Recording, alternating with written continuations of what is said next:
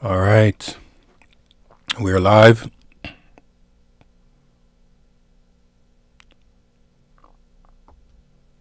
All right, folks. Uh, as you can see, the thumbnail: weaponized anger. What's behind the rage? So this conversation, this conversation is about the rage and anger that's been displayed online, and it's been on my mind, on my heart for a while. Like, we have this mindset that women are just angry just because. And I start wondering, is that really so? Are women simply angry just because? I noticed that anger tends to resonate across the board. And it's kind of like a social engineering that's happening. And it's been seriously bothering me. Why? Because I have a daughter. She's 17. And I noticed that I would always tell her, like, hey, before you use a term, a word, a phrase, know what it means. Don't just use it. Because you might be using a term, a phrase, a word out of context. But then, when she and I are having a conversation, I will hear her say the very things that I hear online. And I would ask her, hey, sweets, explain to me, what does that word mean? A few weeks ago, when we were having a conversation, she's 17, and I was showing her something that is coming in the future, right? I was showing her about AI, robotics, and what's happening, and how they're creating robots to, in some sense, replace female. And she said that any man that gets one of these robots are losers. And I'm like, I understand how you feel, but explain why they would be losers. And she starts talking about the patriarchy. And I'm like, what patriarchy? Explain, what is the patriarchy? She didn't even know what patriarchy means. She heard it online. And I grew up with a mother that was very sweet, right? And I'm not trying to throw shade on my mother right now, right? She passed, she's gone, but she was very sweet to strangers, and people perceived her as being this wonderful individual. And rightfully so. I could understand why they would perceive her to be a wonderful, angelic being. But to her children and people that know her, this rage and anger that she have, I couldn't understand it. I wondered, okay, so I grew up around a mother that's angry. Sometimes when I have conversation, because I have siblings, sisters, and when they speak in an angry tone. And I'm like, scratching my head. Did this transference of negative emotions came over from our mother? But then I try to equalize both of my mother's, and knowing people that know my mother and of her experience. I've actually had conversation with them, because when she wouldn't open up to me and talk to me about her childhood experiences, she gives me bits and pieces. There are people that she opened up and talked to. And they would tell me, like, hey, your mother went through these kind of trauma in her life, and she's just replaying it back to you and her children. And I scratch my head. And I'm like, okay, so we all have anger. We all have rage. But is it being weaponized?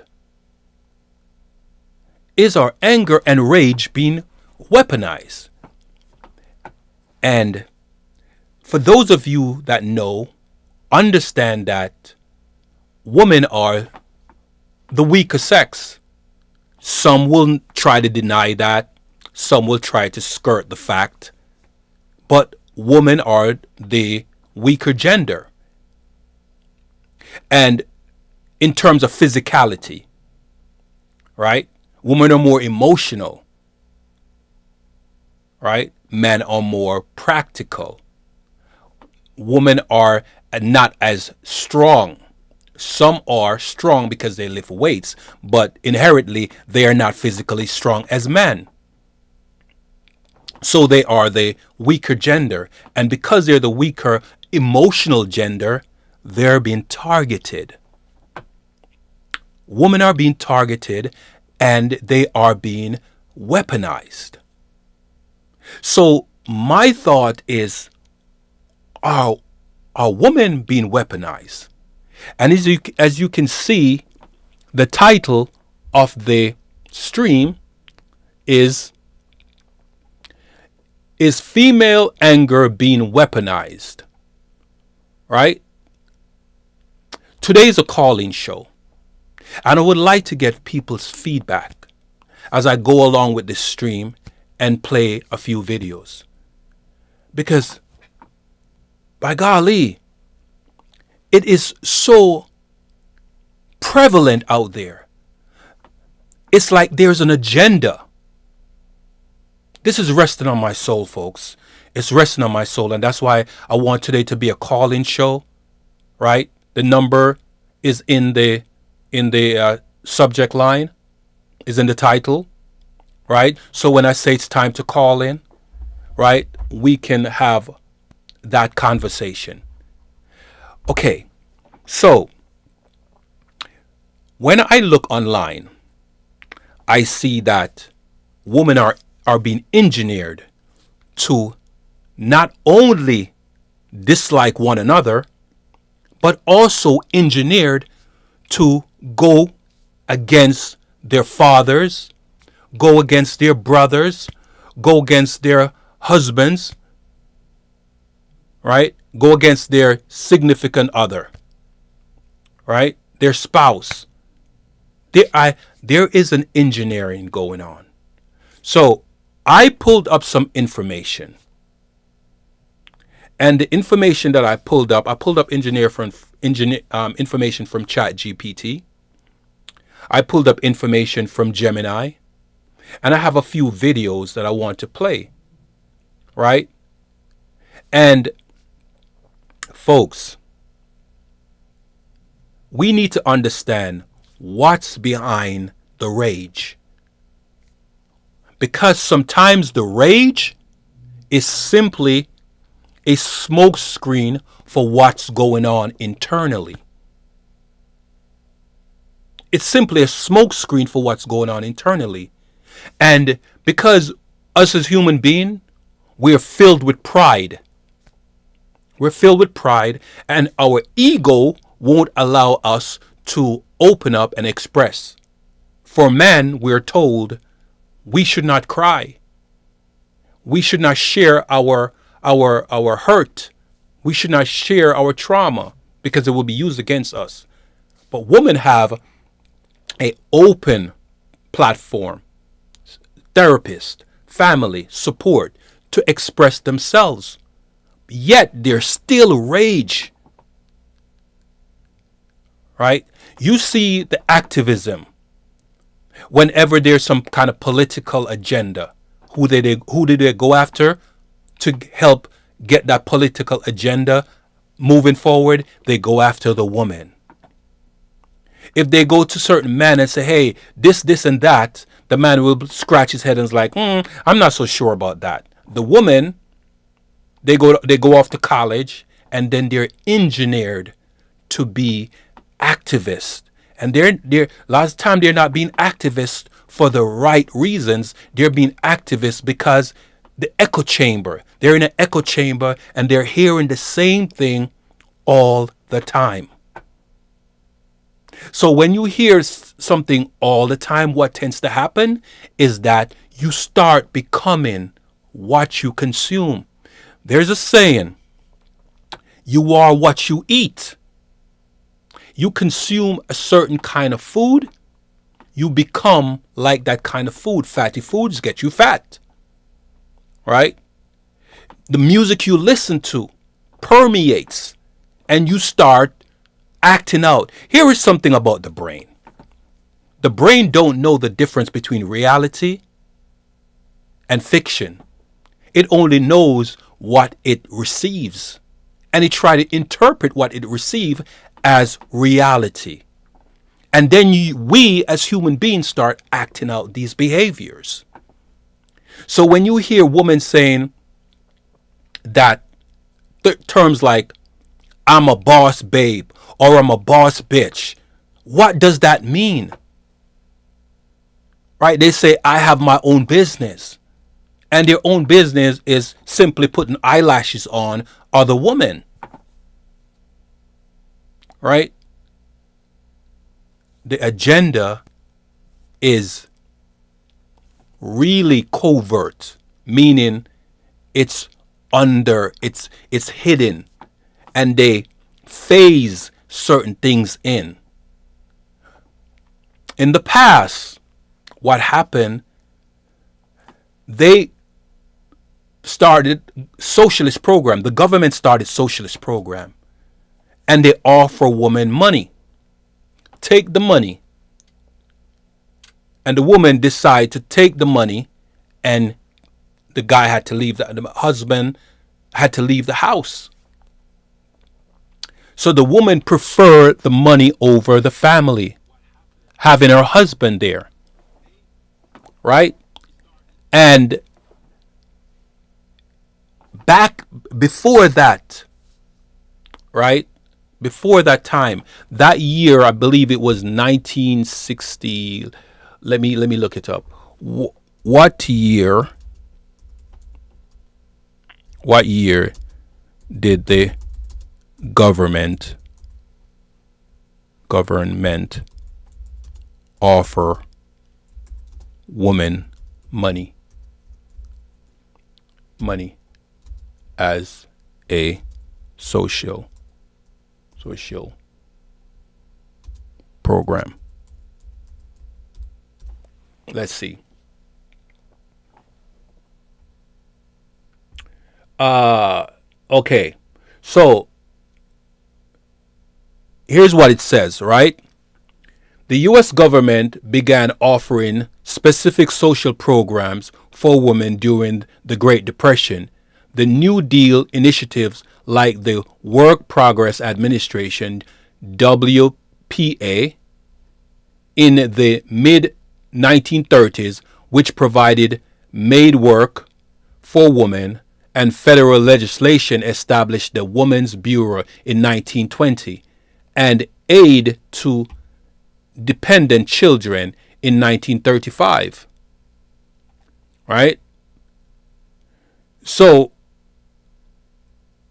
they started offering women money and saying it's aid for children. Right?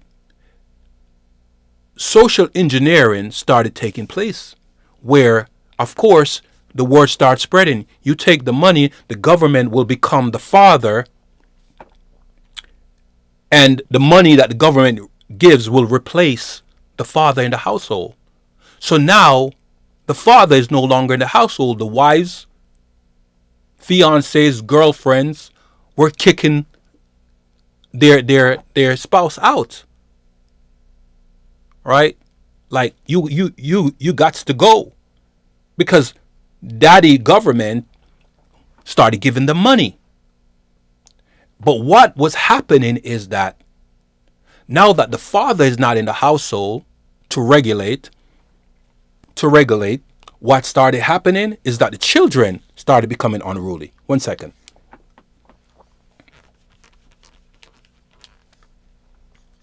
The children started becoming unruly.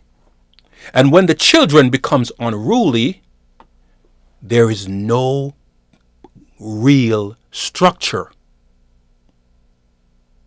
The engineering has begun. Family, right? You have the feminist agenda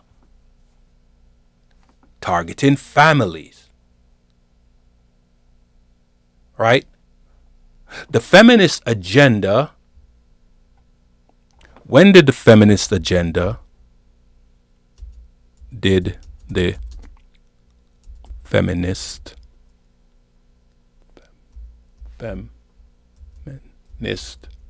movement start?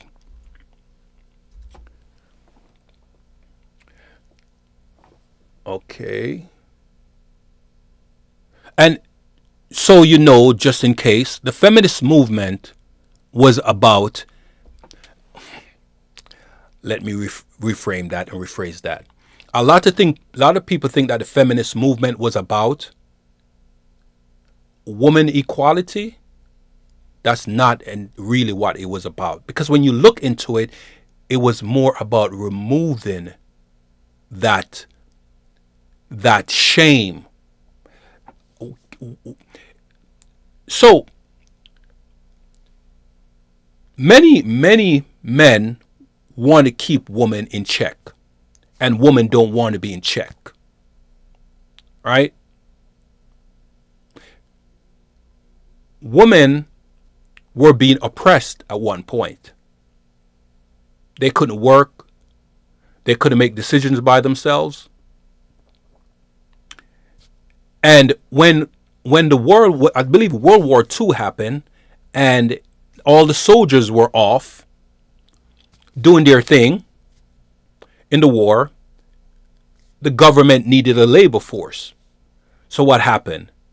They opened factories to put women to work, to make uniforms, to make devices, right? Now women are getting jobs. And that opened up a different mindset, right? Here comes another set of group that we can tax, right? And that started a spiraling effect. And the feminist movement now got a hold, right? It said there's two waves of the feminist movement. So let's clarify that, right? The feminist movement, often divided in waves, formally began in the United States with the first wave in 1848 at the Sicana Falls Convention, organized by Elizabeth Cady Stanton. They call her the mother of the feminist movement. And Lucretia Mott, the second of the feminist movement. So these are the mothers of the feminist movement, focusing on women's suffrage and legal rights, right? So those of you who don't understand what suffrage is, let's explain this. So the suffrage movement, right? The suffrage movement were global decades of long social and political campaign, most famously for women's rights to vote. So women wanted the right to vote, because if they got the right to vote, they would vote for things that they want, right? Women's suffrage, fighting to gain political voice for disenfranchised groups of disenfranchised groups by challenging norms and securing legal changes through lobbying. Let's continue. Culminating in, oh, sorry, I went too far. Through lobbying. Okay. Protest and civil disobedience, culminating in landmark achievements like the U.S. 19th Amendment in 1920, but continue for other magnetized communities. So that's about women's suffrage, right? That's the suffragettes. They call them the suffragettes. These are women that wanted political control so they could change different laws that would favor women. All right, let's go back now to understanding the second wave of feminism and how these waves have permeated into modernity and society, and now we're seeing the effects. Let's continue. So, go back to say, let me continue. So, the two people that organized the feminist movement are Elizabeth Cady Stanton and Lucreta Moss. Let me continue reading.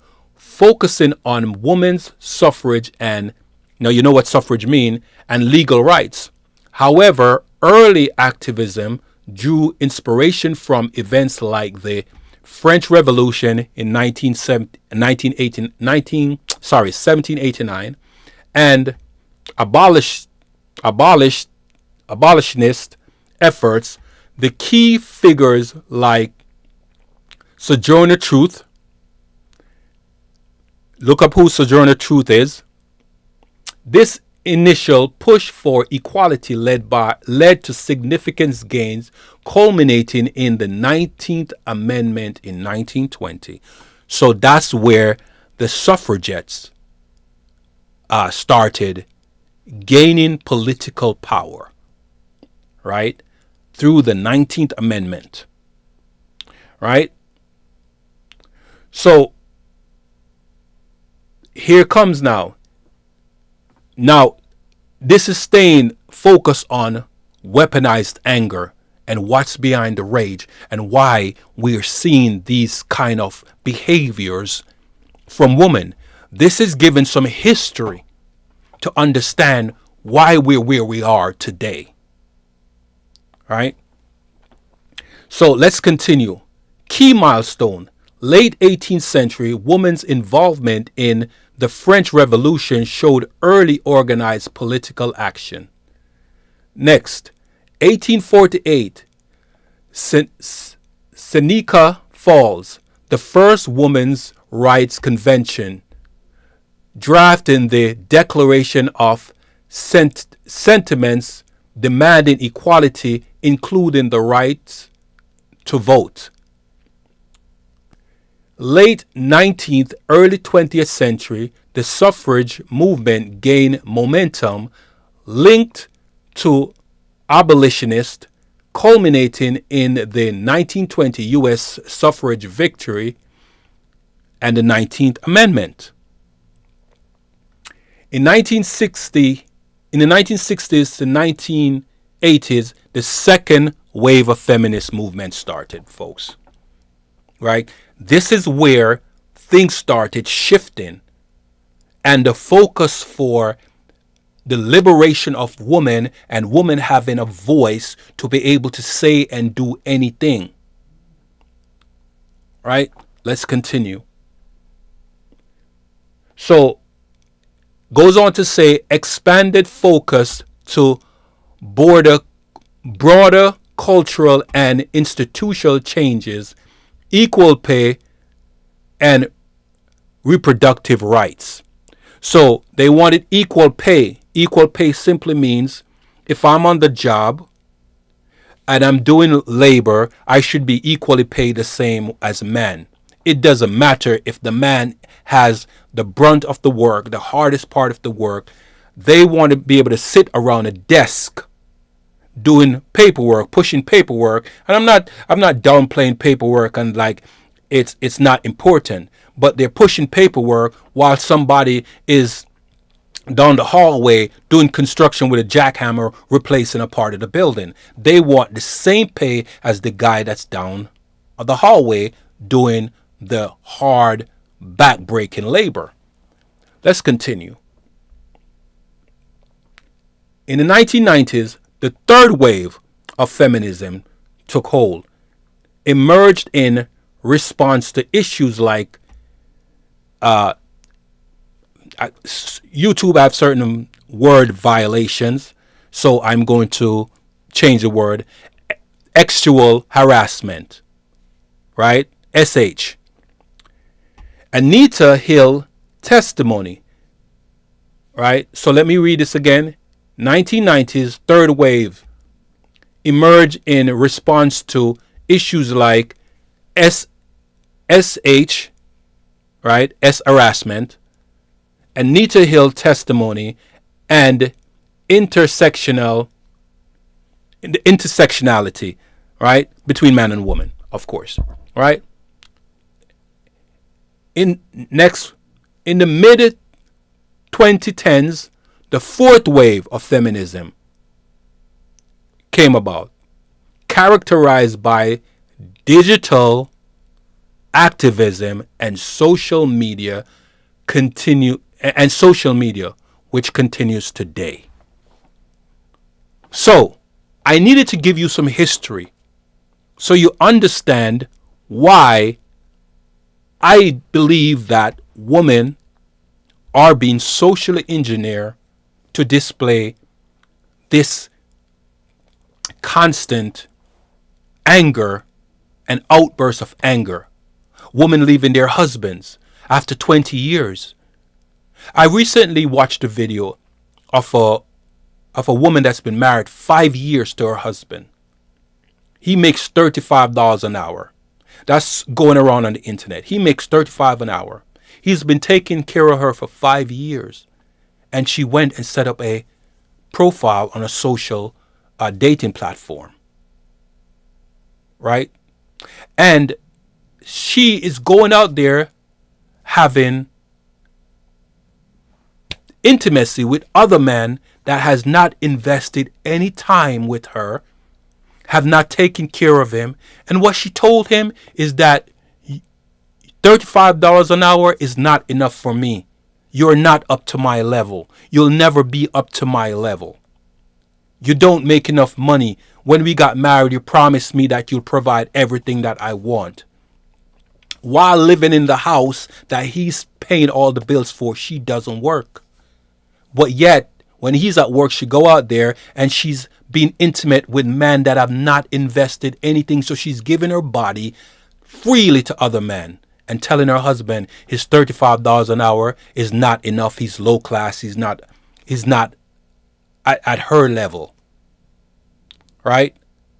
So feminism have engineered women to have this no accountability. Right? And so the powers that be saw that. Now, we talked about the fourth wave of feminism and how it's characterized by digital activism and social media. Folks, understand this here. That rage baiting is a thing. I would go on social media and I'm watching a video. I don't watch the same kind of video consistently. I switch it around. I watch videos about dating, relationships. I watch videos about politics. I watch videos about music.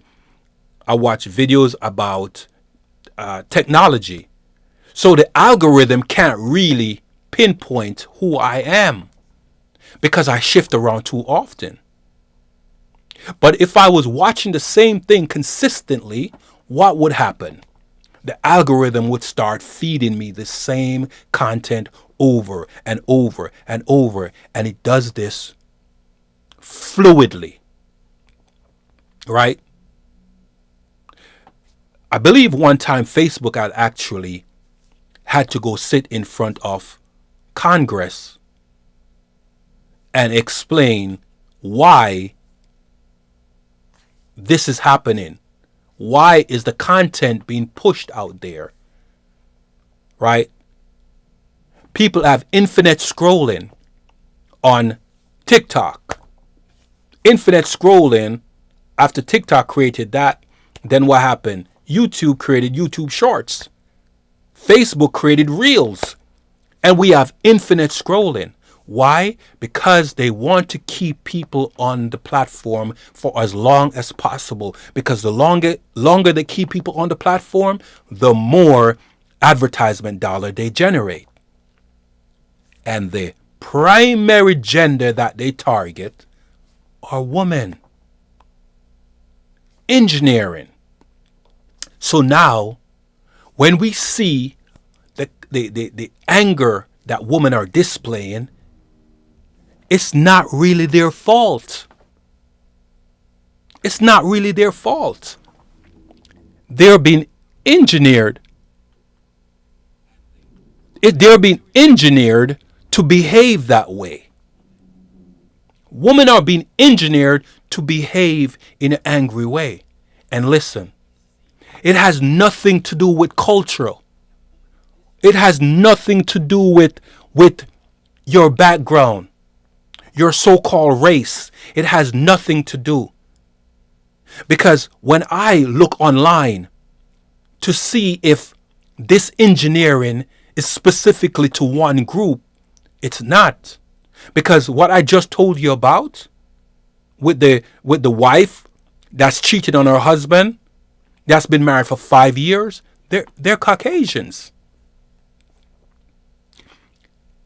I coined a phrase called before I say I coined that phrase, I'm going to say how it came about, right? So a lot of people talk about culture vulture. Culture vulture simply mean one group of people come in another cultures, take what they like, and then go use it in their culture to make a profit, and don't give back or don't tell where they got these ideas from. They call that culture vulture. But what I like to say, the phrase I coined is called culture mimicking, right? Because you'll see, right, so-called black women wearing hair like the European, like the Asians, right? They're wearing their hair type. And most African diaspora people, they travel all over the world, all over the globe. So they're melanated people all over the globe of different phenotypes. But most have coarse hair, type 4, I believe that.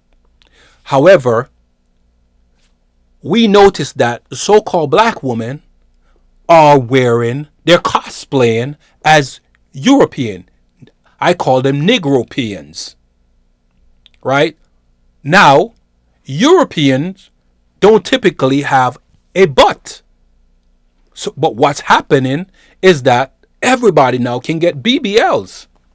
So you have European that had no butt, mostly, not all, some do, but for the most overall, they go and they get a BBL, a Brazilian butt lift. So now they have a butt. Case in point, Kim Kardashian and her sisters and many others like that. Right? And I'm not throwing shade. It's just the facts. I'm only pointing out the facts. Right?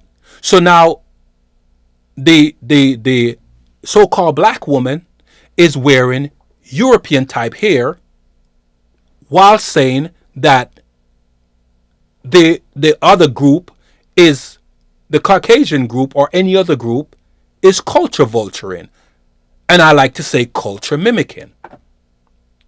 So now, when you have social media CEOs going to sit in front of the government to explain why this infinite scrolling is affecting people, we can understand why. We can understand why. We know that, and for those of you that don't understand, anger makes the algorithm goes bonkers, right? When people see anger, they tune in. It doesn't matter how religious you are, how self-righteous you are. Anger makes people's head turn and they stop and stare. So with that being said, I'm going to bring up a search result I pulled up, right? And I'm going to read it. And then after that, I'm going to play a video. So I'm going to pull up, let's see which one here. Give me a second. I'm going to pull up this search result. This search result is from Gemini, right? Google Gemini. Let me see if I can expand this a bit more, possibly. Let me see what will happen if I expand this a bit more. Okay. All right. So let's start from the top. I put the same result in, I put in ChatGPT. So I'm going to read what Gemini said. The question of whether female anger is being weaponized online is a central theme in digital sociology in 2026. The answer is nuance. Female anger is being systematically exploited by platforms for profit. Let me read that again. The question of whether female anger is being weaponized online is a central theme in digital sociology in 2026. I just got tongue-tied, sorry. The answer is nuance. Female anger is being systematically exploited by platforms for profit. Goes on to say, strategically used by activists for social change and targeted by reactionary groups to silence women. Here is a breakdown of how this weaponization manifests across the digital landscape. Number one, algorithmic weaponization, rage baiting, right?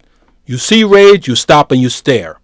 Anywhere, whether you see it online or you see it in the streets or you see it in a club or you see it in a office, no matter where, when people start raging out, everybody stop and stare. Let's continue. So algorithmic weaponization, rage bait. In late 2025, Oxford University Press named rage bait the word of the year. Rage bait, the word of the year, highlighting how platforms have turned high arsenal emotion, specifically anger, into currency. Currency mean chi-ching ching, money. Money, money, money. You know what I'm talking about, right? Let's continue. Next paragraph goes on to say, the profit loop. Social media algorithms prioritize content that triggers a pylon because female angers often violate traditional social norms of niceness. It is highly shapeable as both a rallying cry for supporters and a target for critics. This is why I say that women are being socially engineered to display anger. So the question is, what's behind the anger? It's been socially engineered, right? And I'll get further into that. So let's continue reading. Emotional contagion. Emotional contagion. Research shows that anger travels faster and further than any other emotion online. Platforms weaponize by this pushing inflammatory content of women expressing anger to audience most likely to react negatively, ensuring a cycle of profit conflict. It goes on to say, next chapter, the manosphere and gendered disinformation. Reactionary online spaces, often called the manosphere, frequently weaponize clips of female anger to reinforce specific narratives.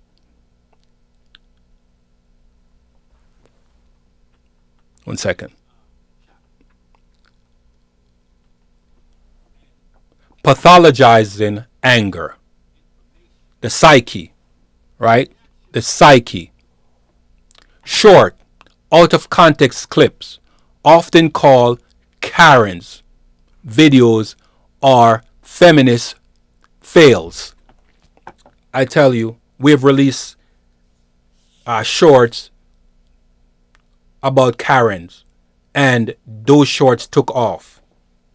When you release content about women and negative behavior, that content takes off. Me talking about content like this right now might not get much views, but it has to be discussed. Right? Let's continue. So let me go back to reading that. Pathologizing anger. Short, out of context clips, often called Karen videos or feminist fails compilation, are used to portray women as irrational, hysterical, or dangerous. This is a digital evolution of the historical hysteria trope used to discredit female voices. Coordinated harassment. That's the next paragraph. When a woman expresses anger over social or political issue, it is often met with gender trolling, a coordinated attempt to use her own anger as proof that she is unfit for public life or leadership. Now, there are content creators out there that say women shouldn't vote. And it's kind of a nuanced topic. I have my thoughts, and I think in some cases I do agree, because when a woman get to vote, they vote for things that are very insignificant. But at the same time, you have to understand that they're women. They're going to vote for their emotions. They're going to vote for what makes them tick. Right? Women are emotional, and they're going to vote for things that they want. Or they're going to whisper in their husband's ears, hey, honey, I want this law to be passed. So I need you to take this to Congress. I need this to go to the Senate. And we need to get these laws passed. Right? Because everybody votes for their specific agenda. But let's continue. Next chapter. Political and social weaponization. While weaponization is often seen as negative, many scholars and activists see the strategic use of anger as a tool for justice and mobilization. Didn't I say that? Didn't I say that? Right? Let's continue here. Hashtags. Hashtag activism. Movements like Woman Life Freedom, hashtag Woman Life Freedom, or hashtag Me Too have effectively weaponized collective outrage to damage policies, to demand policy changes and accountability. In these cases, anger is a moral compass used to pierce through digital noise. Next paragraph. The double standard. Political analysts in 2026 continue to highlight that while male anger is often framed as strength and passion in leadership, female anger is frequently weaponized against the speaker to question their temperament. Number 4, psychological troll. Internalized weaponization. Recent 2025 study on digital well-being suggests that the constant exposure of outrage often leads to emotional dysregulation, emotional dysregulation. Let's continue. The silent epidemic for many women seeing their anger weaponized or mocked online leads to self-silencing. The choice to withdraw from public discourse to avoid being targeted. Kind of like what happened with Marjorie Taylor Greene when she started speaking out about her gripes against Donald Trump. He started targeting her by calling her a traitor. And so what she did, she quit the government. Yeah. So that's an example, that's a clear example of what I just gave. Right? Guys, I will soon ask anyone to call in. I would appreciate if you call in when I say it's time to call in. Right? Write the number down. The number is in the title, right? But I also can give it to you. Is 1-844-788-6366. So we can have a discussion, right? I don't want to do this alone, but if I have to, I will, because it needs to be discussed. All right. Clarification. When anger is harvested daily by algorithm, it can calcify into chronic stress, leading to a state where users feel constantly under attack, further polarizing online communities. Right?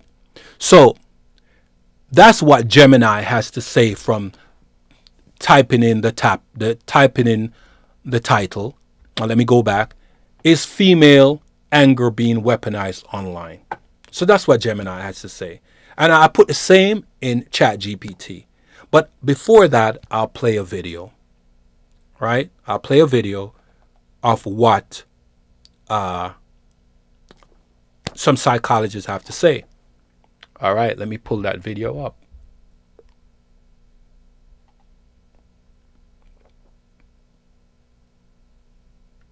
All right, so this is a video, and this video says why female pick fights. Right? So let me play this video. I'm Dr. Orion Taraban, and this is Psych Hacks, Better Living Through Psychology. And the topic of today's short talk is why women pick fights. So this can be an exasperating phenomenon for a lot of the men out there, especially those in relationships. Why is it that your woman seems to create unnecessary difficulties? Why does she pick fights over small and insignificant things? Well, I'm here to explain to you why that might be the case. The key to understanding this phenomenon is appreciating that emotion is reinforcing. I didn't say positive emotion was reinforcing. I said emotion was reinforcing. Emotion of all kinds is reinforcing to women. You see this kind of response in children as well. For example, most children would rather experience negative attention than no attention at all. And this is what, in part, creates class clowns in grade school or rebellious teenagers and adolescents. They would rather experience a parent's annoyance or judgment or anger or even rejection than being functionally invisible to them. So emotion is reinforcing. That is, it's rewarding. With that in mind, we can also appreciate the truth of the converse. If all emotion is reinforcing, then it's not negative emotion that is punishing, it's the absence of emotion that is punishing. Indeed, one of the most difficult things for a woman to tolerate in a relationship is the absence of emotion. The absence of emotion is experienced by most women as punitive, as punishing. This is why, if you ever want a certain behavior to disappear, it's better to respond with a neutral, non-reinforcing reaction than to respond with anger or frustration. The more unemotional the response, the less likely the eliciting behavior will be repeated in the future. And this is because the absence of emotion is punishing. And this is where a lot of guys get into trouble, because men, in part due to their temperament and in part due to socialization, are generally not very emotionally expressive. What's more, a man isn't always prepared to engage with a woman more or less on demand. Sometimes he's tired. Sometimes he's preoccupied. Sometimes he just wants to be left alone. In fact, there seem to be some important gender differences in how men and women tend to respond to emotional stressors. Whereas women generally prefer to talk things out in order to feel better, men often prefer to withdraw into the bat cave to solve the problem. Men like to go inside, to isolate, to incubate, and to resolve the problem internally before emerging with a solution, or at least a plan of action. Of course, it would be very helpful for women to understand that when men are disinterested in interacting with them, it doesn't necessarily mean that they have a problem with them. They just have a problem. It's occupying their attention, and they don't want to cope with the problem in the same way that women do. And indeed, it is probably in everyone's best interests if the man and the woman can gently avoid each other for a while the man goes through his process. Unfortunately, many women push harder for connection at these times, mostly because they are treating their men the way that they would like to be treated if they were in the same situation. And this typically creates an escalating crisis because when a woman attempts to interact with a man in this state, she is met with a relative absence of emotion as the man has begun to withdraw within himself. And this withdrawal will typically be experienced by the woman as punishing, especially if she tends to be more anxious or insecure. She might begin to worry that something is wrong, and now the man has a new problem on his hands that he didn't have before. Now, when people are insecure or anxious, they tend to seek reassurance that everything is okay. And one of the ways that women can seek reassurance in relationships is by picking fights. I understand that from a masculine perspective, this sounds ridiculous, but there is actually some validity to this perspective. Namely, an angry response reassures that This is true. This is true. I am telling you from personal experience, this is true. And it's true because I've seen it with friends. And it's primarily with female friends. I've seen it. I've seen it with my mother. If she and I fall out for some reason, she and I because I don't want to argue, I don't want to have any contention, any confrontation, I would distance myself, stop talking, and she would find ways and means, and she would say the most cruel things she would literally bounce on me or just straight like tell a lie right in front of my face just so there could be a reaction. Now, I was with someone many years ago, and I would be sitting watching TV, right? I'm going to be 100% with you. My daughter's mother. I would be sitting watching TV, and our daughter is on my chest, laying down, or we're sitting watching TV together, and I would tell her mother to come and watch the movie with us. And she would tell me no. And she would be scrolling on the internet looking at videos. And I would be sitting there watching the movie, and then all of a sudden I feel a slap in the back of my head. Or she'll pass to go to the kitchen and she'll just come and push my head. I'm like, why did you do that? Why? Because she's bored and she wants a reaction because I won't react. When she told me no, she don't want to come and watch the movie with me, I said, okay, no problem. I didn't react. So because I didn't react, she now came and tried to pick a fight with me for reaction. I've seen it with friends that are female friends of mine. When I get agitated of the things that they're saying and I stop talking, then I could see the yearning for me to start responding back to them, right?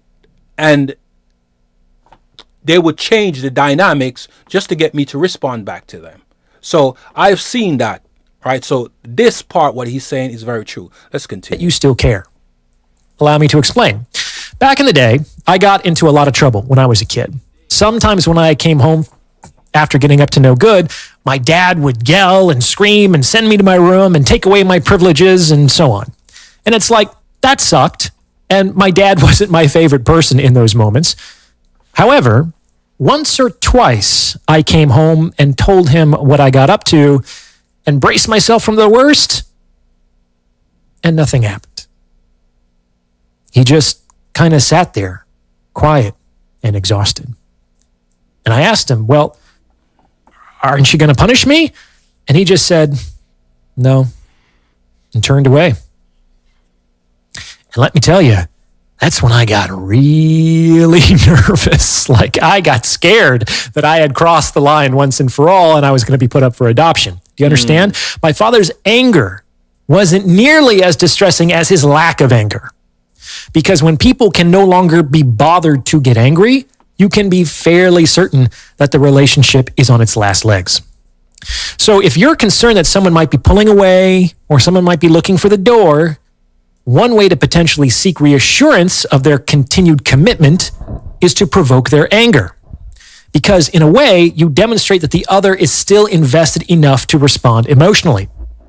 On the other hand, if you were to respond to these provocations with boredom or indifference, then her anxiety is likely going to go through the roof. And this explains the otherwise puzzling phenomenon that when a woman is out of sorts, picks a fight with you, and actually succeeds in making you angry, she feels better. I know every man out there has experienced this. She feels better. As soon as your woman succeeds in making you angry, it's like all of her own anxiety and uncertainty just evaporates. 100%. I have seen that and I've experienced that. They get a kick out of agitating. And I know some loving relationships out there where the woman would get bored and she would go pick a fight with her husband. She would go pick a fight with her husband. And because he knows her character and he's figured her out, they would actually start wrestling. Right? And he would pin her down. And one thing would lead to another, and they end up in the bedroom and he's pinning her down. If you get my drift. You know what I'm talking about, right? But let's continue. allowing her to go on her merry way. And since it generally takes men longer to return to emotional baseline than women, this leads to the psychotic experience of dealing with someone who just an hour ago was spiteful and aggressive and who is now sweet and playful and acting like nothing happened. This happens because your anger reassured her, which allowed her to move past her anxiety and insecurity. Yes. Now, do women do this consciously and intentionally? I'm sure that some of them do. However, I'm also sure that most of them don't. And that's because most people are not conscious and intentional. So if it's true of people, it's going to be true of women. That might not make the phenomenon any easier to navigate, though it could potentially help you men respond effectively if you believe that your woman isn't acting out of any particular malice. Though, of course, there are malicious women in the world. But it's better to start by giving her the benefit of the doubt and escalating appropriately than to proceed in the opposite direction. Okay. So, know that, hey, as a man, I love women. I love women. Sometimes it's just funny when I'm having a conversation with a woman, and for you men out there, you understand what I'm talking about, what I'm going to say. You're having a conversation with a woman, and they always say, they feel as if what you're saying is irrelevant to what they're saying. Right? I was recently seeing someone, and when she would make certain statements and I would challenge her on those statements, she would push back, and because she can't get me to bend to her will, she would start saying the most vile things. Like one of the things she said that women were created first, and after women were created, they gave birth to man for man to serve woman.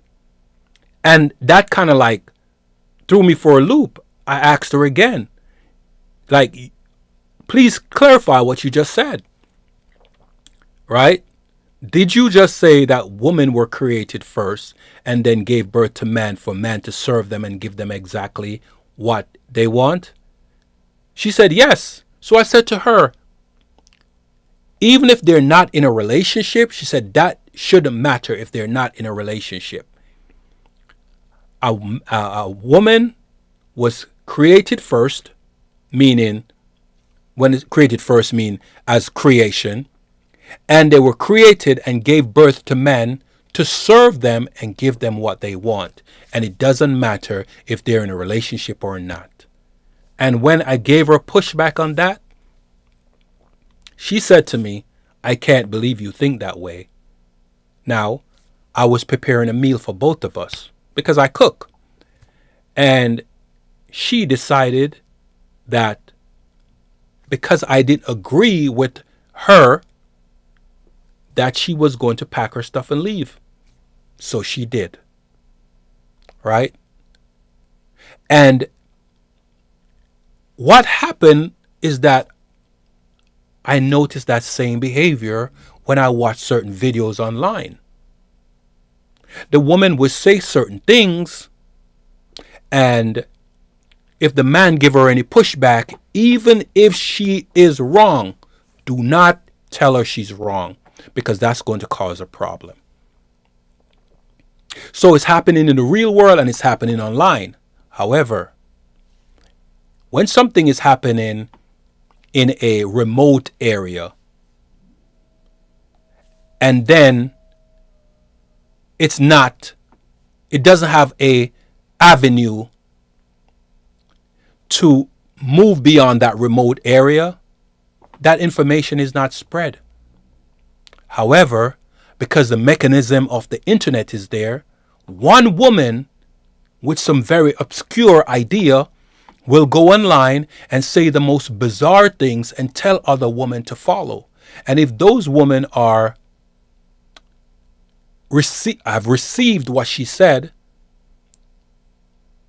right, and that information is of course nuanced, but they'll listen to it enough times and it resonates with them, and guess what happens?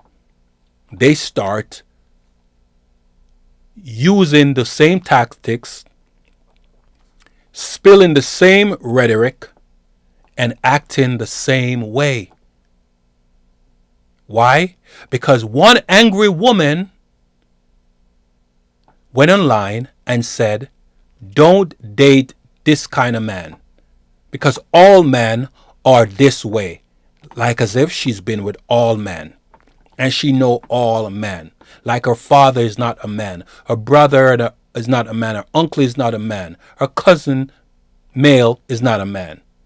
But she will go online and she will spill that information, and other women that never experienced what she experienced will somehow start following suit and behave that way. Right?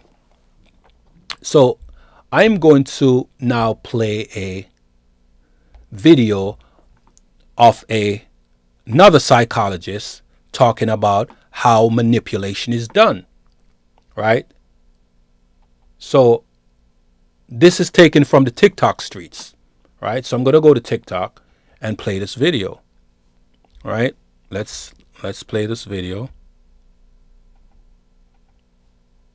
Weaponizing emotions is when someone uses their emotional reaction and response to try and coerce or manipulate or control our behaviors or the way that we are feeling.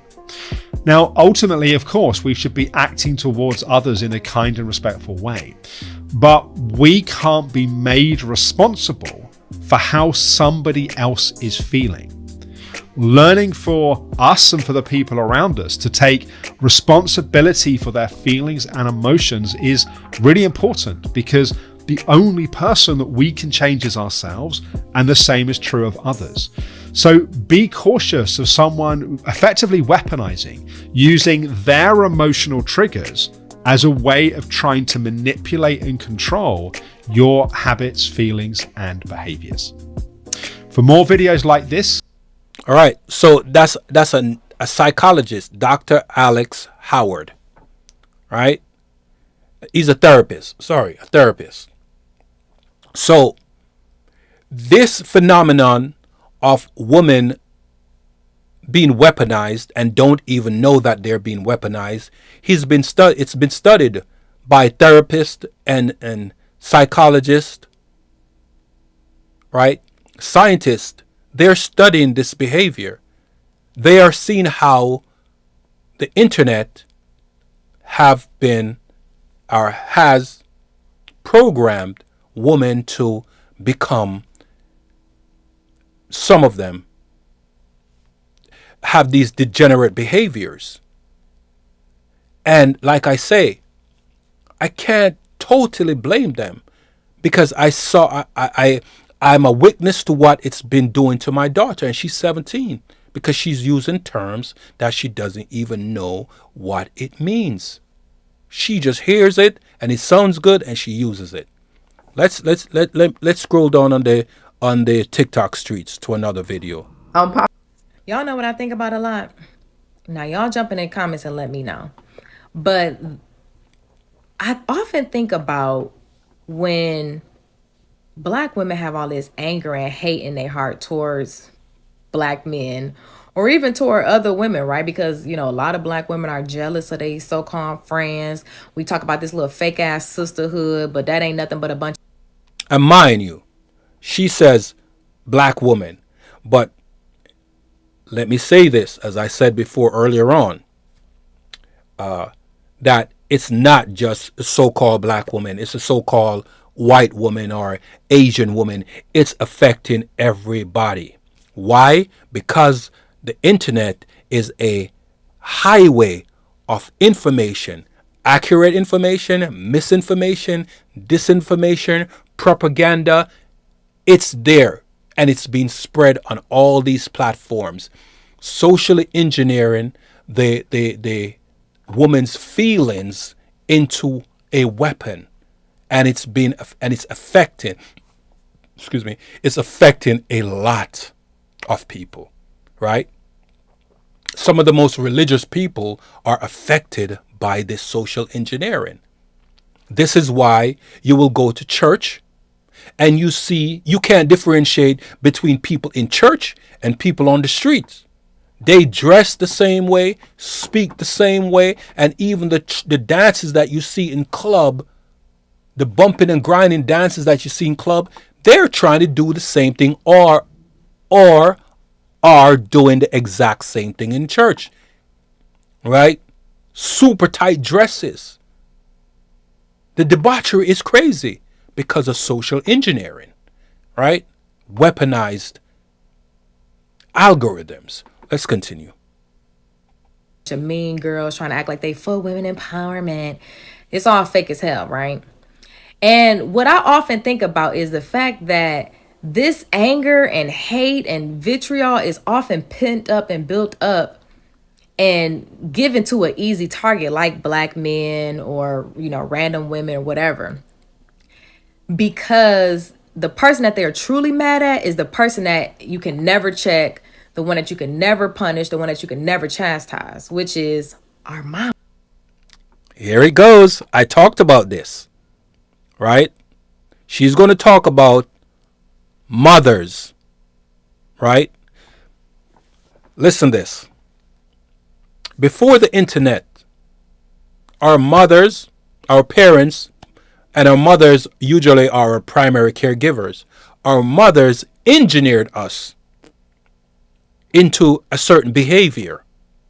They'll engineer their sons to hate their fathers. They engineer their daughters to hate men. Right? Weaponized anger. Right? Let's continue. Y'all know black mamas is up there next to Let's God. go back so just a if little you bit. ever call our mama chastise, which is our mama. Y'all know black mamas is up there next to God. So if you ever call a black mama out and chastise her on her shortcomings as a mother, it's World War V. Okay, especially if you had a mother who, might have been physically abusive to you, you fighting in the street, or, a mother who thought you was her competition, or, a mother who always tried to accuse you of stealing her man, those type of things. I think that a lot of women have anger and built up aggression toward that's who they're really mad at, but they can never say it. And they're hurt and they're angry at all of the things that she might have did to them, whether it was directly or indirectly, and it never gets to be addressed. It never gets to be checked. And so they... Listen, I have a few siblings, right? And growing up with my siblings, I saw how our mother treated two of us and how our mother treated two of us, right? And this is no digging at my mom, though I have some traumas, and from childhood that still kind of like resonate with me, but I'm able to compartmentalize them, right? There are some mothers that are colorist, and my mother was one of them.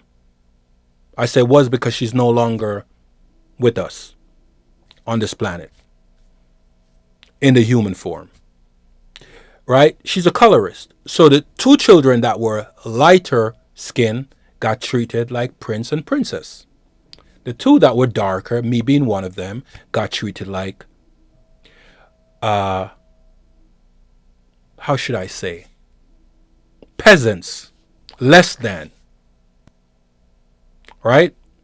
So she's right when she said a lot of the time, our mothers are the first line of defense for protecting us from certain behaviors that we display later on in life. One of my sister, she has a deep, deep anger and hatred towards our mother because of the things our mother did. Right? Now, when I tell you that the internet is kind of like a next generation parenting, right? Let me put that in more perspective. So in the past, there was families, nuclear families, husband, wife, children, right? And then the government came in and offered money. But in order for the woman to get the money, the man can't be in the house. Right? Then, mixing that with the suffragettes, the women that wanted rights to vote and didn't want to be judged for their lustful behaviors, right? That culminated into the feminist movement, right? So the suffragette wanted political power.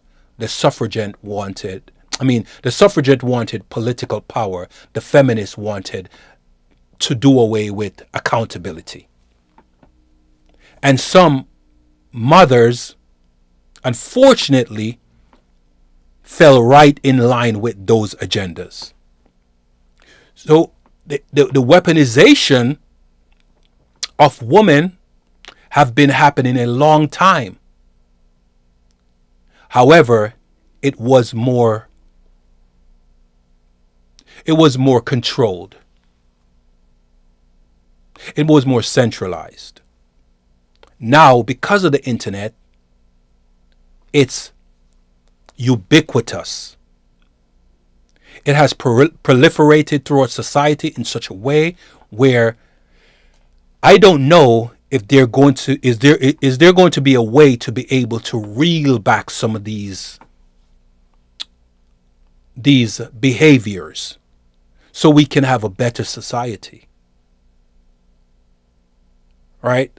Because women are lying out there on men so they can get their resources. Right?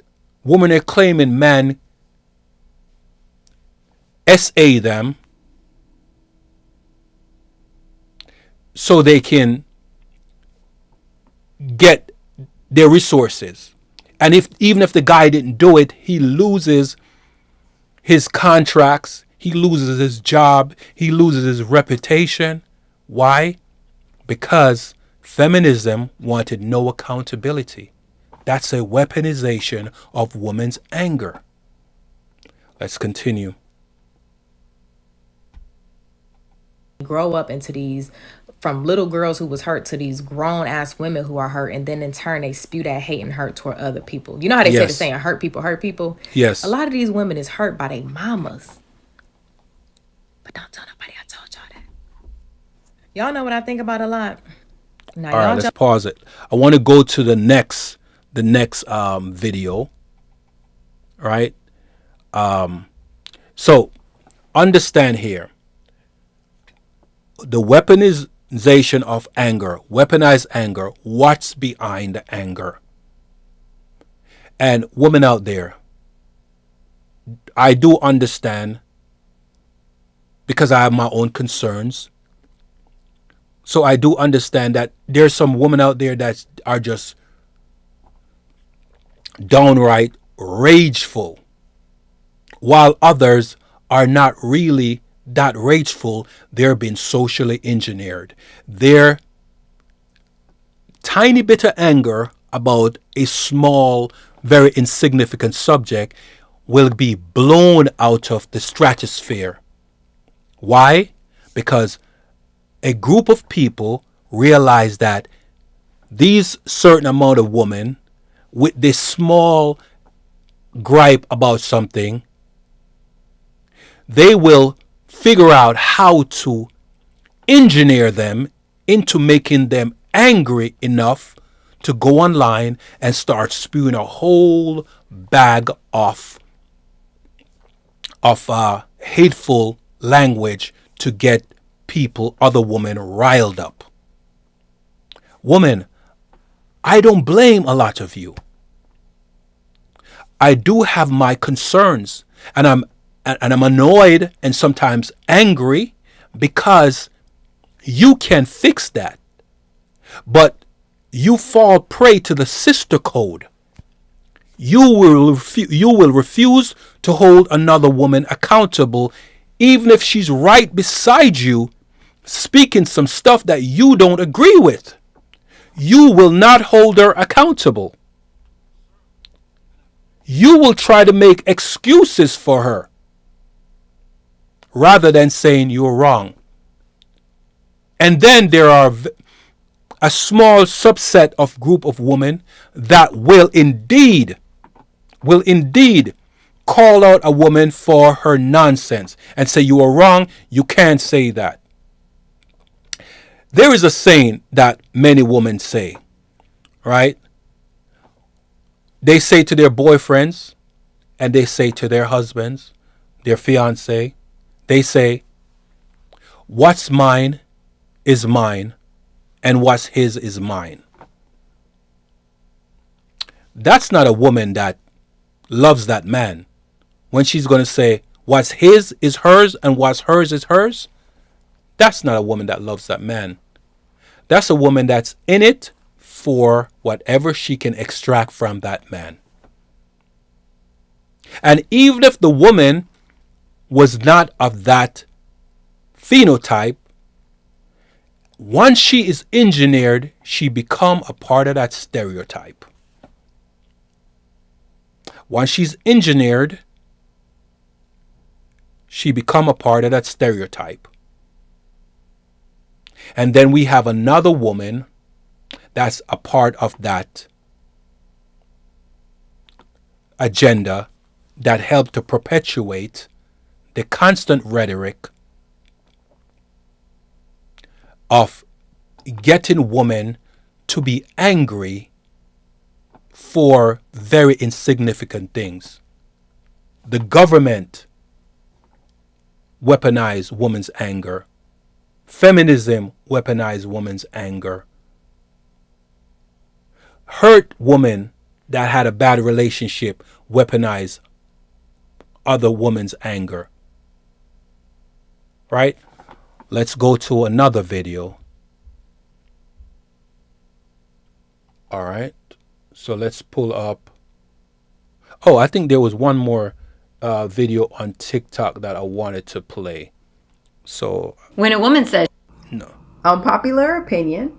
A lot of women weaponize emotions to negate accountability. Accountability seems like such a big word to so many women already. They don't like to hear it. They definitely don't want to take that shit. So instead of taking accountability, what they'll do is they'll guilt trip you, use silent treatment, emotional outbursts, blaming, and avoidance, all to get you to do whatever they need you to do in those moments. And at that time, it's probably forget that they need to be taking accountability for something.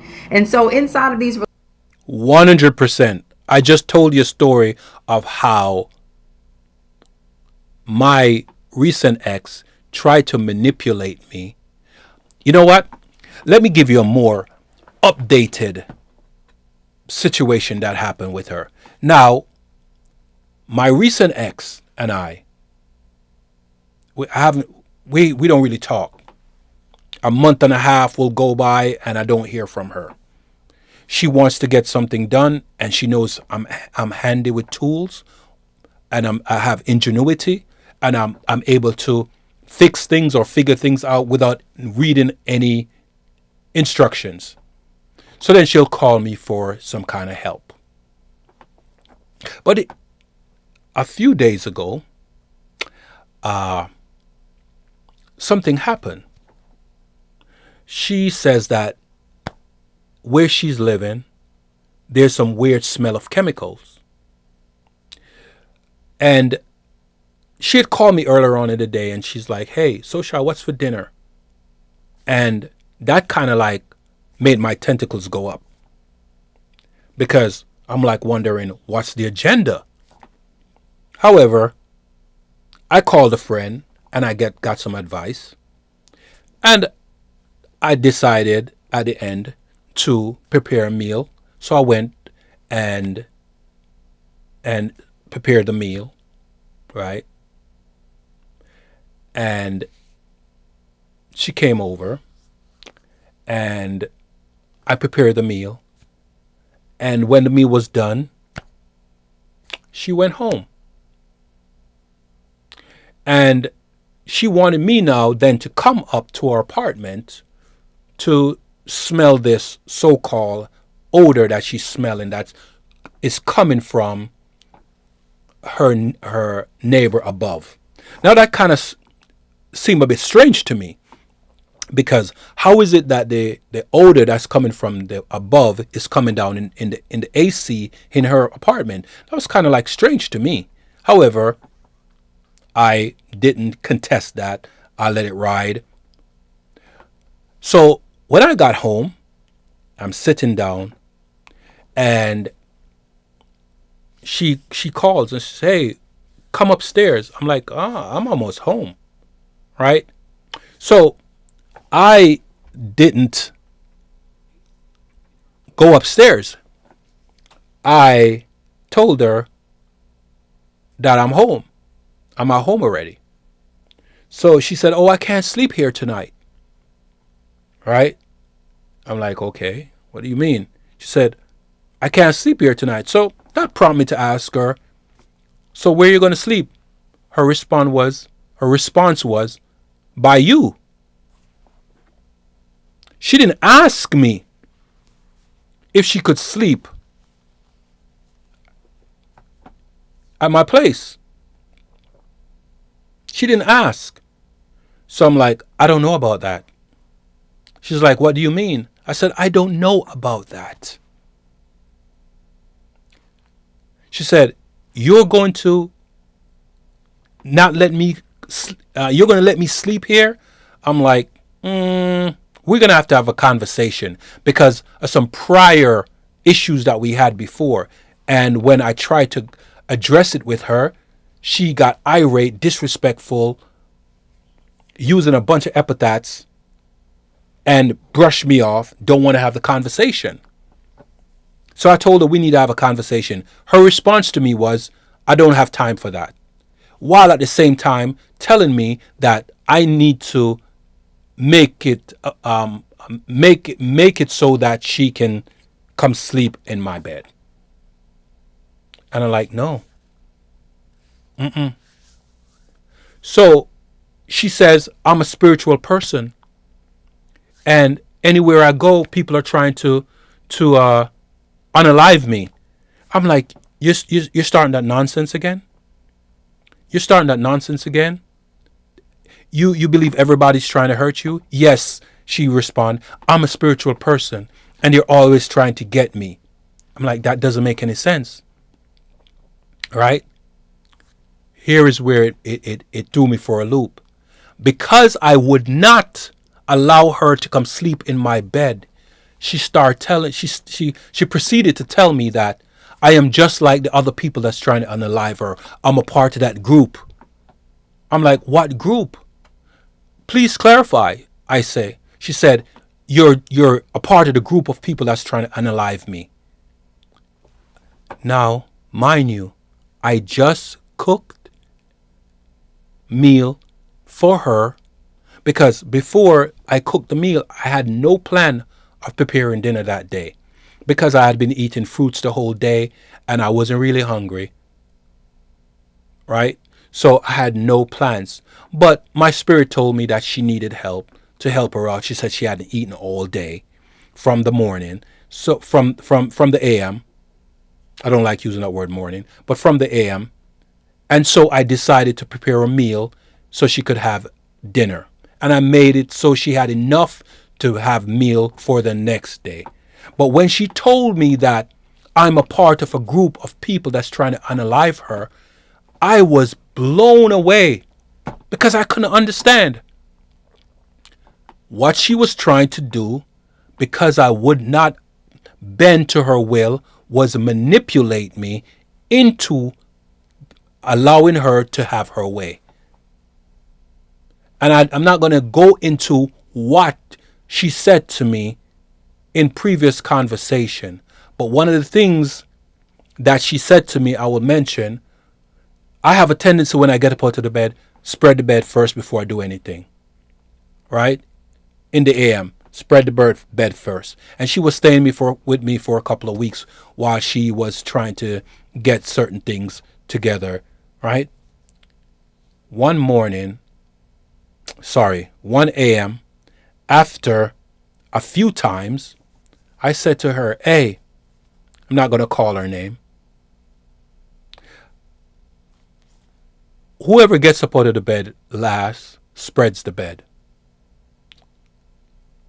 Her response to me was, fuck your bed. Don't nobody care about your bed. Fuck your bed. And I said to her, last night will be the last night you sleep in my bed.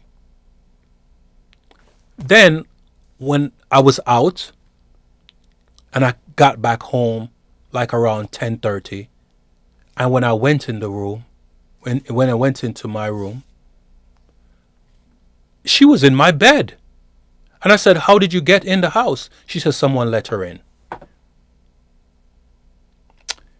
Now, because I'm not a violent person, I just didn't say anything. And then what she's tried to do is try to see if she would be able to use her female prowess, if you know what I mean, to get me to be intimate with her. And I curved her. Nope, I'm good. Because you're not going to tell me fuck your bed and don't want to have conversation when you're wrong and then try to be intimate with me to overshadow what you did. So I wasn't intimate with her. Right? But let's continue. Lack of accountability. Weaponized anger. Relationships is actually emotional manipulation. And what it does is it creates trust issues, communication breakdowns inside of it with your man. Now, he don't want to have these deep conversations with you because he knows that this is what he's going to have to deal with. Unpopular opinion. Yes. A lot. Exactly. When a woman anger is weaponized, she will speak a certain way. She will react to certain questions a certain way. She will be disrespectful. She'll carry herself a certain way. Because that's how she was engineered to be. Right? So what's behind the anger is a lot of social engineering. So when a woman, one thing I noticed, fathers, we're important in our children's lives. Even if we're not there 24/7, even if the mother and the father separates and the child lives with the mother, fathers, we're important to be some kind of guiding force in our child's lives. Right? And that was one of the reasons her father passed away when she was young, when she was very young. So he's never been around and she's always felt alone. So anywhere she goes, she had to try to gain control of the situation or whomsoever she's dealing with. She needed to control that person. And she primarily has done it to men. Right? Because her anger was weaponized. As she got older, the engineering that's happening online and her feeding into it made her, it culminated into her behaviors being a negative for her, right? Because when someone would help her, even if the person is being good and helping her, if she can't get her way for something small, she will turn whatever you told her into a weapon. Because her anger is weaponized. That's behind her rage. Her experiences is behind the rage. Our experiences are behind our rage. Right? So let's go to the next video. Actually, I'm going to read what ChatGPT had to say. Right? So let me expand this a little more. Let me see. Okay. So, as I said earlier, I put the same information, the same title in ChatGPT as I put in Gemini. So here's what ChatGPT had to say. Earlier on, I read the Gemini response. Now I'm going to read the ChatGPT response. Okay. The question is female anger being weaponized online? And the short answer is sometimes yes, but it's more complicated than that. Here's a clear, balanced way to look at it. Number one, why female anger is more visible online. Historically, women's anger was discouraged or punished, too emotional, unladylike. Those were the words and phrases that were used to embarrass women. It goes on to say, social media gave people, especially women, a space to name unfair treatment publicly. So what you're seeing is partly long suppressed anger finally having a platform, not something new being created. How, next paragraph, how it can be weaponized. Female anger can be weaponized online when algorithms reward outrage. Angry content spread faster than calm discussion. That is very true. Notice that when someone displays anger, everybody stop and stare. There's a discussion, they're on their merry way. Oh, nothing to see here. There's no there. Let's continue. Influencers, brands, or political group frame anger in extreme, simplified ways to drive clicks, loyalty, or division. Complex issues get reduced to us versus them narratives, where anger is encouraged but solutions aren't. That's so true. In those cases, anger becomes a tool rather than a signal that something is wrong. Number 3, third paragraph. The double standard still matters. Male anger is often seen as assertive or justified. Female anger is more likely to be labeled toxic, irrational, or dangerous. Because of that, calling it weaponized is sometimes used to dismiss legitimate complaints instead of engaging with them.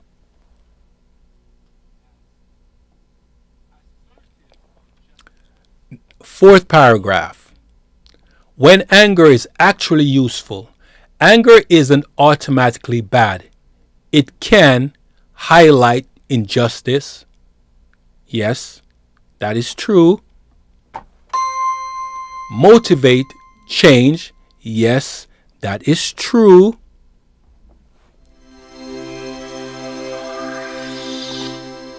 Push conversation that were ignored before. That is also true. Anger used to start dialogue versus anger used to shut it down. Paragraph 5. A good critical question to ask online. When you see anger content from anyone, ask, who benefits from me feeling this way? Listen again. When you see angry content from anyone, ask, who benefits from me feeling this way? Is this pointing towards a solution or just more outrage? Is nuance being allowed or discouraged? Goes on to say, bottom line, female anger online isn't inherently weaponized, but systems that profit from outrage can weaponize it, just like they do with male anger, fear, and resentment. If you want, tell me what sparks your question. A video, trend, or argument you saw. And I can, okay, no, I don't need to read that part, right? So understand here, the weaponization is real, my friends. The weaponization is real. What's behind the rage? Social engineering. That's what's behind the rage. Because some people are neutral, but if they see something online that's even minuscule, not really a big issue, but if enough people start raging about that very minute issue, it will become a snowball. It will become a snowball. Why? Because anger weaponized is more profitable. It helps agenda to move along. Right? When a government wants to go to war, the first thing that they do is start some kind of propaganda. They start some kind of propaganda to get the people riled up. And once enough people are riled up, it's easy now to continue on with that conflict, that which eventually escalates into a war with a foreign nation or with a community. Right? Like the video, guys. Like the video, guys. All right? Help this get out into the algorithm. All right? So let's go to the next video that I want to bring up. So this video is women are mad. Why? Let's hear what this doctor has to say.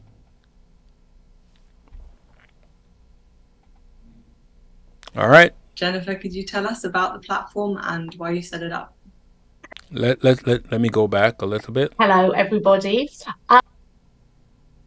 Okay, so Women Are Mad is basically concerned with the anger that seems rife among women in my practice, family. Let me pause this for a second.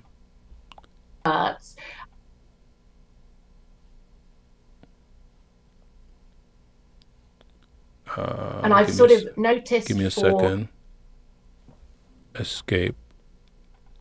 Okay, let me a number of years, fix this. All right. but that underneath. Give me a second, guys.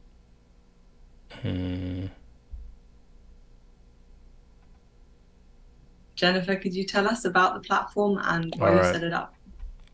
Hello, everybody. Okay, so Women Are Mad is basically concerned with the anger that seems rife among women in my practice, family, friends, the works. And I've sort of noticed for a number of years, I think, but that underneath many symptoms that women present with is actually a kind of bubbling cauldron of rage. And what seems to be the issue for them is expressing it and sort of finding a vocabulary for it that seems to fit with the volume of that emotion. And I think there's a kind of issue in that women tend to give up in expressing it, and sort of they end up ultimately continuing to repress it, so that these sort of layers of repression across time just end up being represented as various symptoms. And that's obviously what I see in my practice. But as I say, it's also what I've really kind of noticed talking to women I'm close to. So I think there's a definite atmosphere of this being a sort of, epidemic. I feel like there's probably two parts to this, or multiple parts, but one is so what are women angry about? And what happens when they're angry, and how their anger expression is received by other people. So what are women angry about from your experience in therapy? So in terms of my practice, what I definitely noticed was some kind of set themes developing, which I guess seem to circulate around home. That is set roles that they've been cast in terms of the family they grew up in terms of what was expected of them as wives, mothers, partners, all the rest. Juggling those roles and those expectations with, often really big careers and very sort of demanding careers. So they'd have to sort of figure out psychically how to place themselves and what to sacrifice. And mostly it was themselves, to be honest, and their health, particularly their mental health. So they'd come in feeling incredibly anxious, or suffering with insomnia or migraine or crippling panic attacks, not knowing why. And actually you sort of start to ask a few questions and you realize pretty quickly they're absolutely furious, and it's not clear to them that this has happened. It sort of builds, I suppose, a bit stealthily. And also because I think in society there's this definite sense that what are you complaining about? You've got everything you wanted. Get on with it. And I think we put that pressure on ourselves as well, and think, well, yes, I've got everything I wanted. What's the issue? But it's actually that I think we cram under that pressure, and not being able to articulate the thing that we're feeling pressurized about increases the sense of pressure, increases that sense of anger about it. And perhaps also having we might disown anger in the first place. So even beyond you're getting to the point of how do I express it, it's just a kind of it's completely repressed. Yeah, I agree. So yes, the feelings are there, but they're not identified. And in fact, they're called a lot of different things. So women go along to the GP and they say, I feel awful. I feel like, often they'll say, I'm raging at everybody, or I keep snapping at people. And, I just feel so hopeless and helpless. And then they get antidepressants. It's so complicated.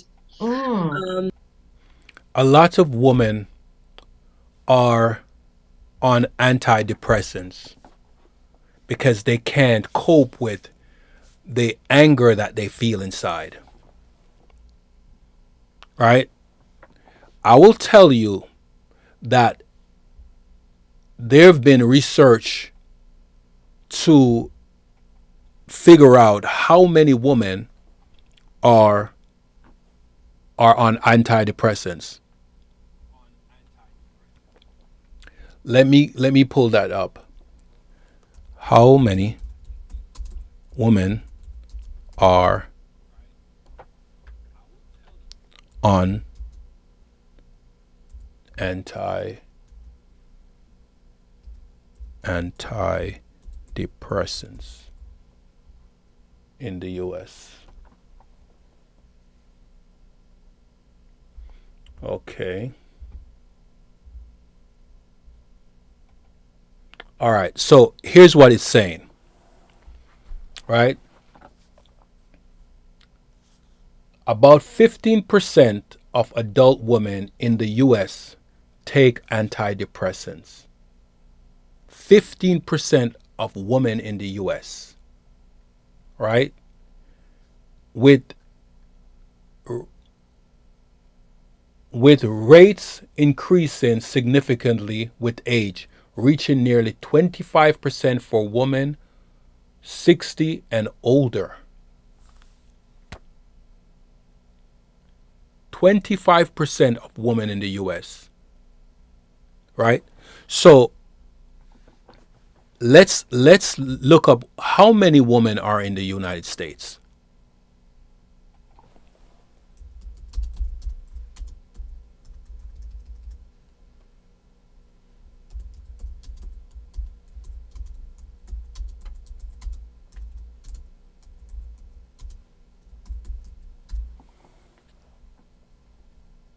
So there's 168.7 million women in the United States. Right? So let's do some math here. Let's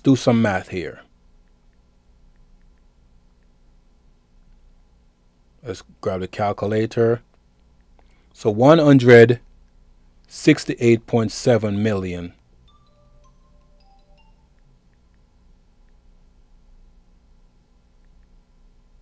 You know what?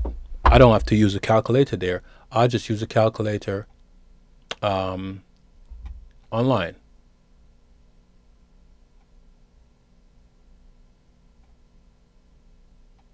Copy.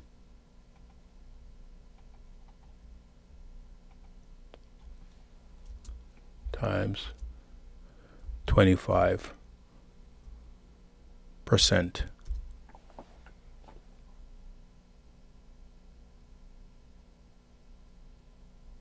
All right.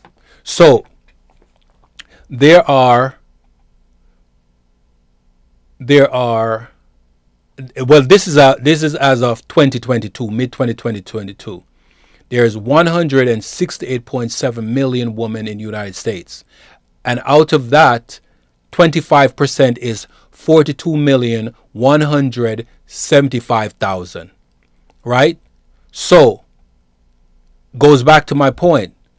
So 25%, to what I'm reading, 25% of women are on antidepressants, right? Which is 42,175,000 women,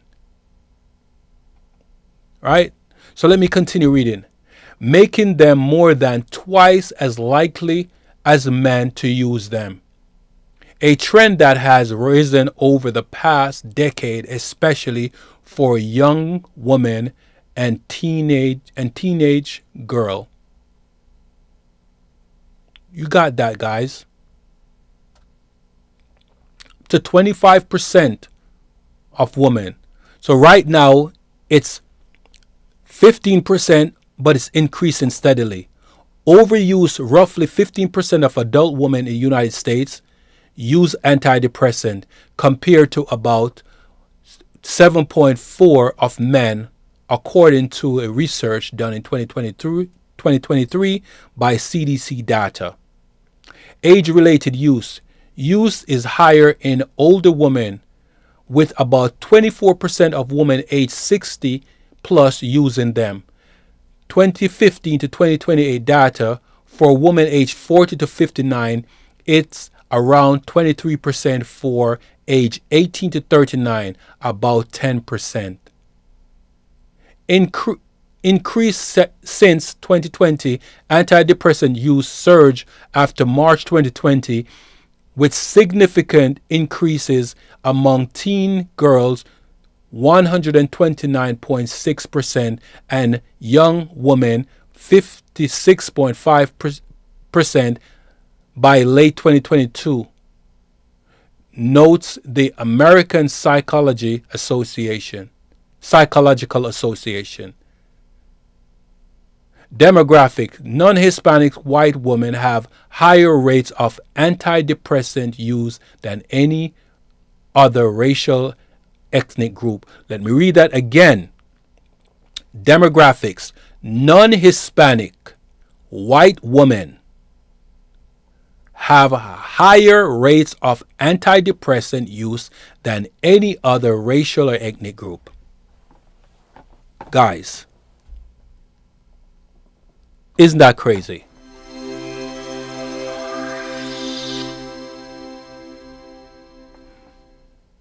That's just crazy, right?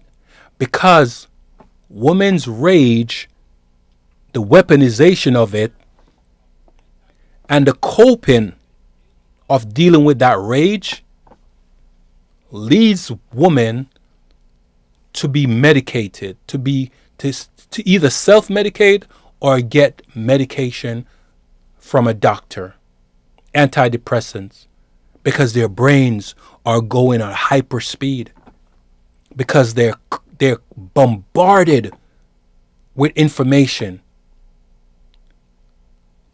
All right, let's continue. And what impact does it have if women are in a position where they don't feel that they're able to express their anger? I think what happens is that it gets very impacted. I think, when you say that it's not even recognized, that's kind of where the first signs of trouble start to set in, because if we can't know it in ourselves, and if we're so far away from being able to identify that feeling as rage or frustration or anger, then we're sort of a bit stymied in terms of being able to do any kind of expression of it. So I think it's almost so basic. It's that we never hear ourselves say from a tiny age, I'm angry. It's just incredibly rare. There's lots of I'm sad, or I'm hurt, or I feel guilty. There's a hell of a lot of that. And again, from very young ages, and you'll see it played out in playgrounds, and families, and that wasn't very nice. Oh, sorry, and please forgive me, rather than why should I, give you back that toy that I wanted and is actually mine? There's such a sort of fracture in terms of what we're feeling and what we're told we should feel in order to be good girls, that I think we're, as I say, already getting so far away from being able to kind of call it what it is.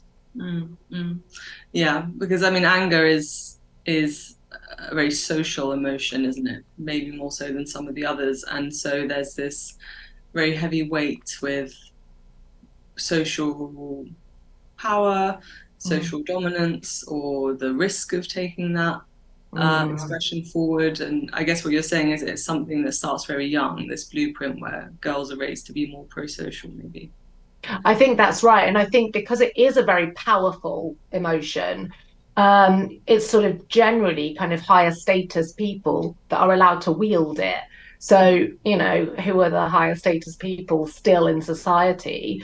It's the men, and it's the boys when, kids are growing up. And this is where we're sort of taught this, and where our behaviors end up acting into those structures. Absolutely. And so where does this anger go then if we can't express it outwards? I think sadly it just goes inwards and it gets expressed in all sorts of somatic symptoms. So a lot of stomach problems I've noticed, eczema, definitely in terms of things like eating disorders. Talking to women who, as teenagers, struggled with their eating and with their relationship to food, it was very often feeling kind of so entrapped by families and expectation and academic expectation. And, perversely, it comes out as this sort of further need to control, but in a way, it's a response to this control being placed on them that feels so stifling that there's only sort of one way to kind of handle that crushing grip. So what can people do? What can women do? What can anyone do for that matter? But we are on the subject of women and anger, to better manage their angry feelings. I think we need to find ways of being able to bring it into our ordinary, just everyday conversation from young. I would love it if I know in schools now, in primary schools especially, there's a real kind of drive for being able to talk freely about feeling. I think when they go in the mornings, there's a sort of encouragement a lot of the time to sort of give a little, number or color in terms of where I'm at today and this is why. And that's great. But I think there's a huge section of society that hasn't had that privilege and hasn't had that sort of assistance with being able to verbalize these really quite basic feelings. And I think anger is one that has been really demonized and it's seen in such a negative way. But I think if we can get being able about it, then we can better find solutions for using it as a kind of motivating, forward driving force that actually gets us kind of, but using the kind of tools of it to our advantage and using the energy of it to kind of make change.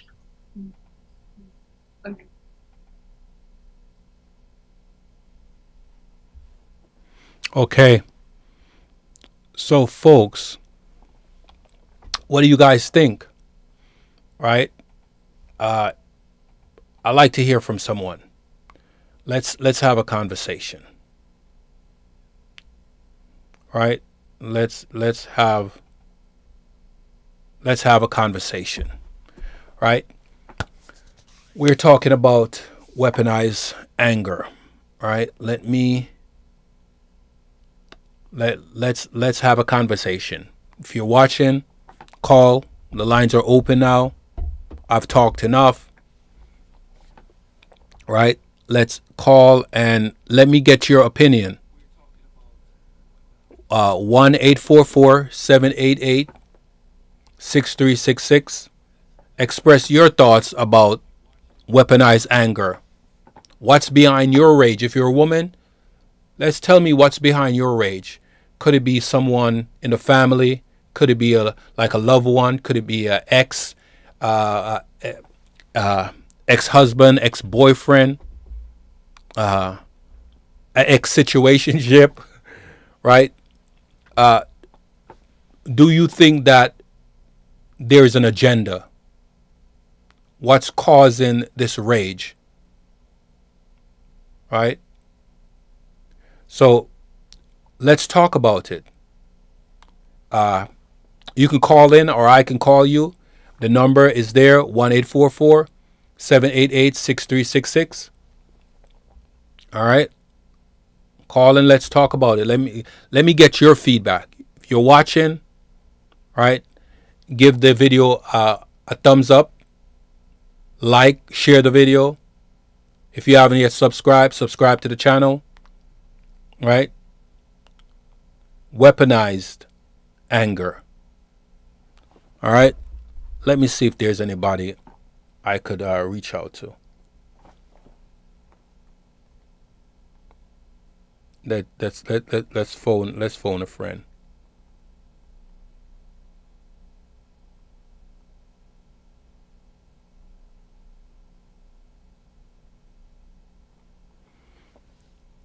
Let me make sure it's connected. Hello. Hello. Good day. If you Okay. Let me see. Let me make a quick call. Give me a second.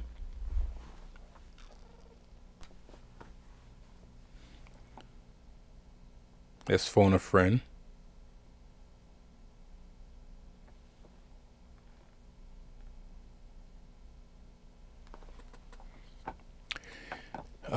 Weaponized anger. hello. Let me see. Give me a second.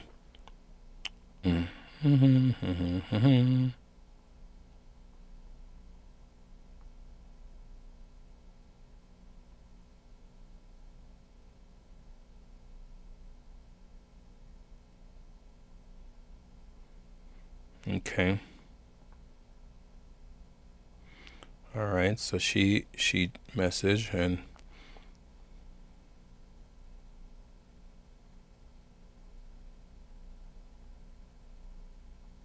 give me a second.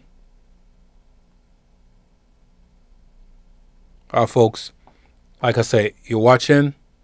Call 1-844-788-6366. 1-844-788-6366 or 1-844-put-me-on. Let me see if she picks up. Give me a second.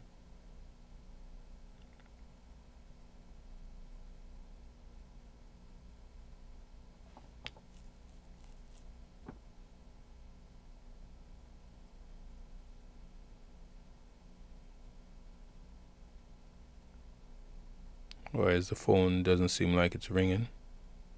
Hello. All right, so she's not picking up. Let me see if there's anyone else I can call. I was hoping that someone would call in so we can have a conversation.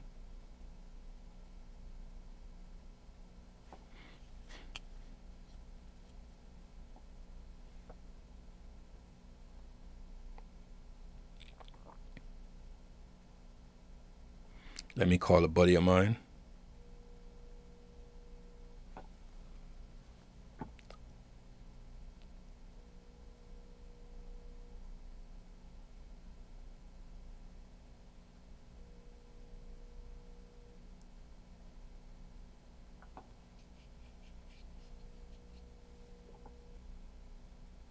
Not picking up.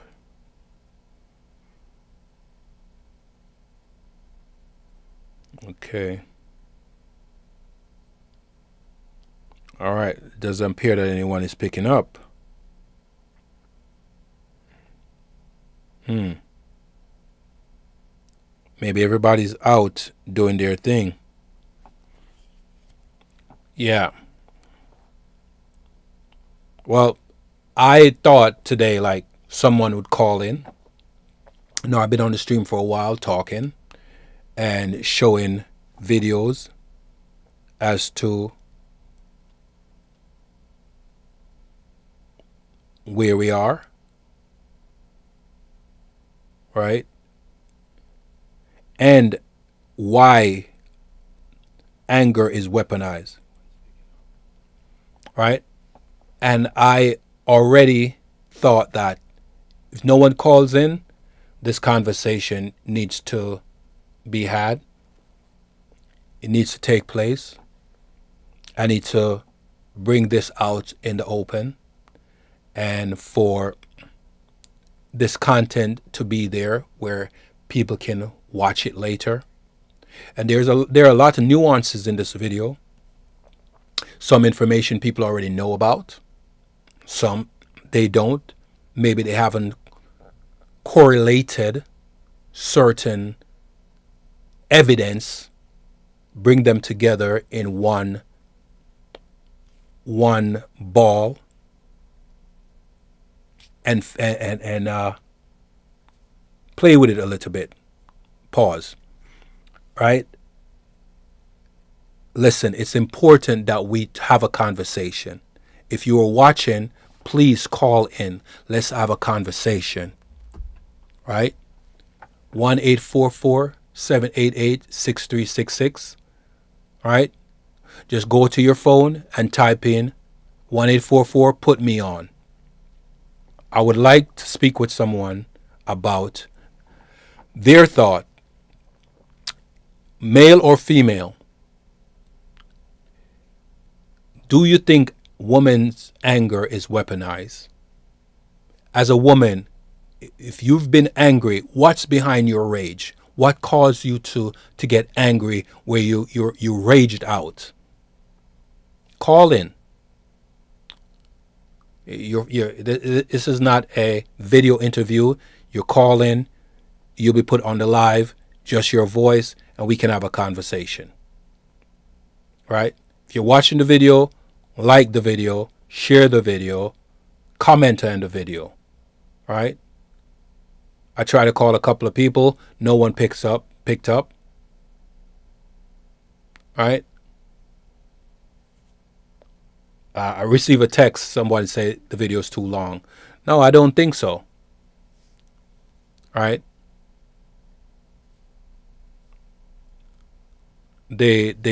What's going on out there, it's been going on for a long time. And I don't think we're having enough conversation about weaponized anger.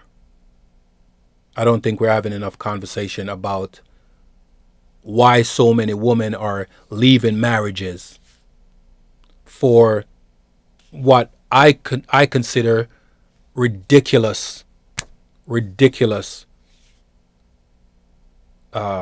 excuses. All right, the man don't make enough, or she's not happy anymore, or there's too much bass in his voice when he talks to the children.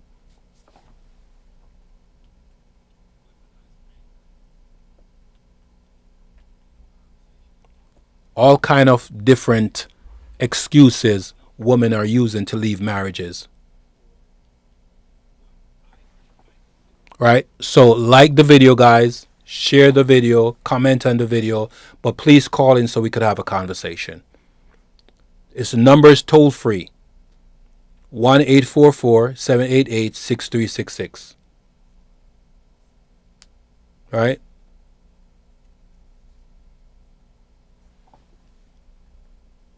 Tell me what made you angry if you're a woman. What made you rage out? It could be a family member. It could be a coworker. It could be an ex. Let's talk about it. What was behind your rage? It's your day, woman. What's behind your rage? All right?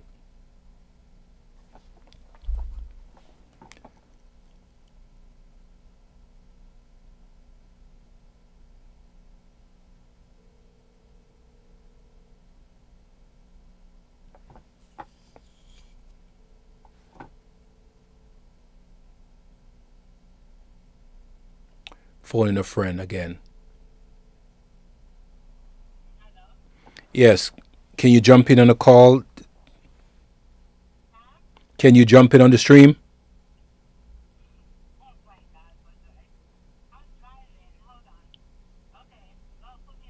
All right. Can you hear me? Yeah, I can hear you. All right. Awesome. I've been phoning a friend, asking people to call in. So I'm like, let me phone a friend. All right. So the stream has been going on for a while. Obviously, because this conversation needs to be had. You know, a lot of agendas been happening out there where women are being socially engineered to be angry for the slightest things. However, some women have had legitimate reason why they rage, and some of us needs to know what's behind the rage. Some women are raging because of a family member, because of a coworker, because of a loved one. And I know, as for you, you have experienced rage because of your former employer. You have experienced rage because of your form of your former ex, right? Yeah. So which one do you want to talk about, your former employee or your former ex? Well, let me start with my former employer. I would say I worked for a black-owned company, Okay. both husband and wife, Okay. and the reason for the rage is because of lack of communication. I feel like because um I am an employee, she felt the need to belittle me, talk to me in any way, Mhm. and just be sneaky when her husband is not around or is there to witness her behavior. She would act a certain way, and that kind of got me angry a couple of times because I'm like, not only I'm older than them, um, and as you become older, you're kind of slower to react to certain things, and certain things don't bother you no more because you're like, okay, what's next? Mhm. And because I needed a job at during that time, I was slower to react to her. I I didn't give her the satisfaction of getting me angry at certain things because I was like, okay, I'm not surprised. Mhm. Because I just felt like, okay, she's a black woman, so she should know, how to act towards me, like that. Okay.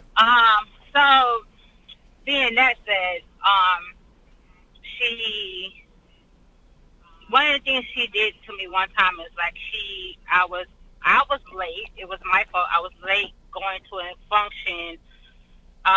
But when I got there, the function didn't start. It was like an hour delay because there was so much people trying to set up at the same time. Mhm. But on my way there, she kind of like, oh, she was like, where are you? So I was, I was like, I'm on my way. She was like, where exactly are you? Mhm. I was like, hold on, like, so in my head, like, who is she talking to like this? Well, Hold a I was like, second. okay, Hold a second. Hold that thought.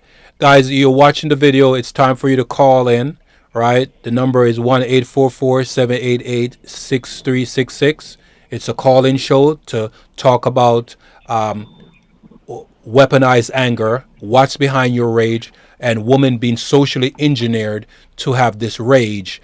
And so I would like to hear from you, right? You can talk about if it's somebody that's in your family, a coworker, or a former ex, right? You can call in 1-844-788-6366, right? Or you look on your phone and put 1-844 put me on. I will put that up. Give me a second.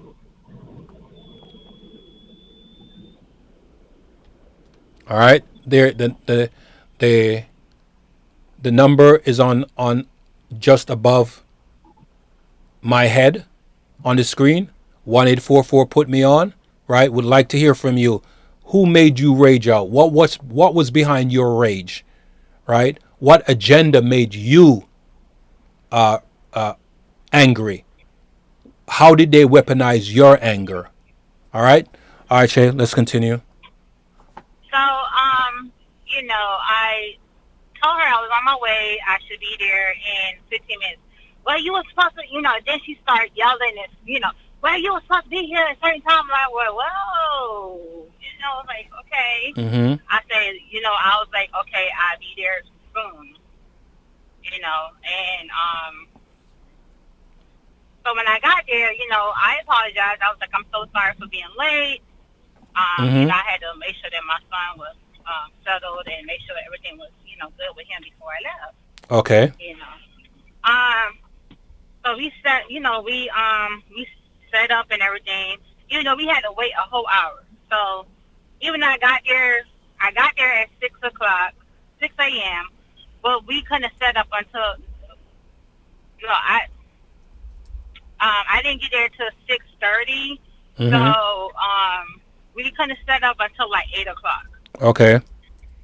So anyway, it took us like an hour to set up. Everything started kind of going on like about 9 a.m. So Mm-hmm. I was like, staying like around, like, okay, I wasn't really late because we still had to staying around for a whole hour, and whatever. So she was like, oh, I'm so sorry for yelling at you this morning. I thought I was running late, and we still had to sit around for almost 2 hours just, to set up. And I was like, I totally understand. I said, no, it's my fault because I said I was available at a certain time and I wasn't. So, it's my fault. Okay. Mm-hmm. So that went. Second time around, I was like, second time around, she yelled at me. I said, listen, I don't do well with people yelling at me, so I need you to tone it down. Mm. And like the reaction, she wasn't expecting me to say that. Like, no.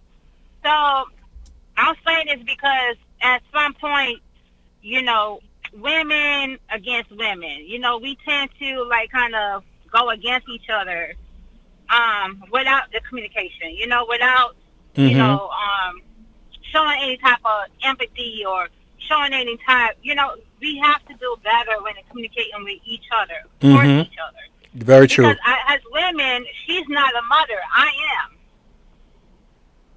So she doesn't know the whole reaction, or she doesn't know how to, go about raising she's not a single mom. She's never been a mom. You understand what I'm saying? And she don't know the orders when it comes down to being a single mom. You have to get your house in order, especially when you're dealing with a younger child. So she didn't know that, and because of that, it was frustrating because of that. She didn't know how to interact with me with certain things or emergencies or something happened at school and I had to leave work to go, deal with my son. She didn't know how to deal with that. And it was just basically lack of communication.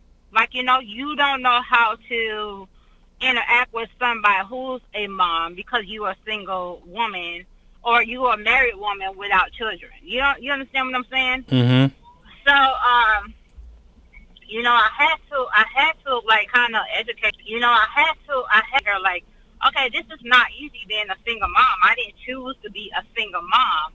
I so happened to be a single mom because my husband died years ago. So, I was forced into being a single mom and not having nobody to, kind of pick up the pieces or babysit or, deal with having a younger child or anything like that.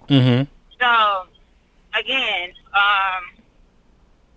that's one of the things, the way we talk to each other, is, I have friends, I have, girlfriends that I know from high school years. And, we get angry at each other, but we don't belittle each other. Like, we don't like, girl, we don't call each other names and none of that. We'll stop talking to each other for a couple of days and give each other space and come back and be like, okay, I'm sorry. Because sometimes you gotta have accountability for your actions. True, so, true. We apologize and be like, hey, I'm sorry. I was supposed to call you back, but I didn't. This and that, again, it's just like a communication. We don't know how to talk to each other. I think a lot of women are angry because, some of us wasn't brought up in the house with another woman or with another man. So, we don't know how to talk to each other. We don't know how to communicate to each other. We don't know how to interact. We don't know how to do anything like that. So a lot of that anger comes out there. And then, the independence. Like, some of us is forced to be independent because we don't have anybody else to raise, help raise our children. Or we are forced to be single moms out here because the men are not taking responsibility for the household, or they're not taking responsibility for the children. But let me ask you this question. We are forced to become single parents. and we are forced into that situation sometimes, and I can't speak on all women, but I know women that that single parents, and we didn't the men didn't take responsibilities for, to help raise the children, so guess what, she became a single mom, I become a single mom, and or the parent died, or stuff like that. So everybody's circumstance is different. I can only speak on mine. I can't speak for nobody else. Um, having being in a relationship, mentally, physically, financially being abused. You How know, how how how does a woman get financially abused? when the man doesn't want to contribute to his portion of the bills, and she's forced to take all her hard work and money and pay for everything because he failed to do it. So she doesn't want to become homeless. She doesn't want to lose her car. She doesn't want to lose her household. She doesn't want her children to have to suffer. So she takes the responsibility to pay for everything while he just sit there and not have a job, or do whatever he's been doing. And not to say that she welcomed it. Sometimes they lose their job and they get lazy, or they become they're not they don't have the ambition that that they that she has. So like I said, I'm talking on my about my situation. My ex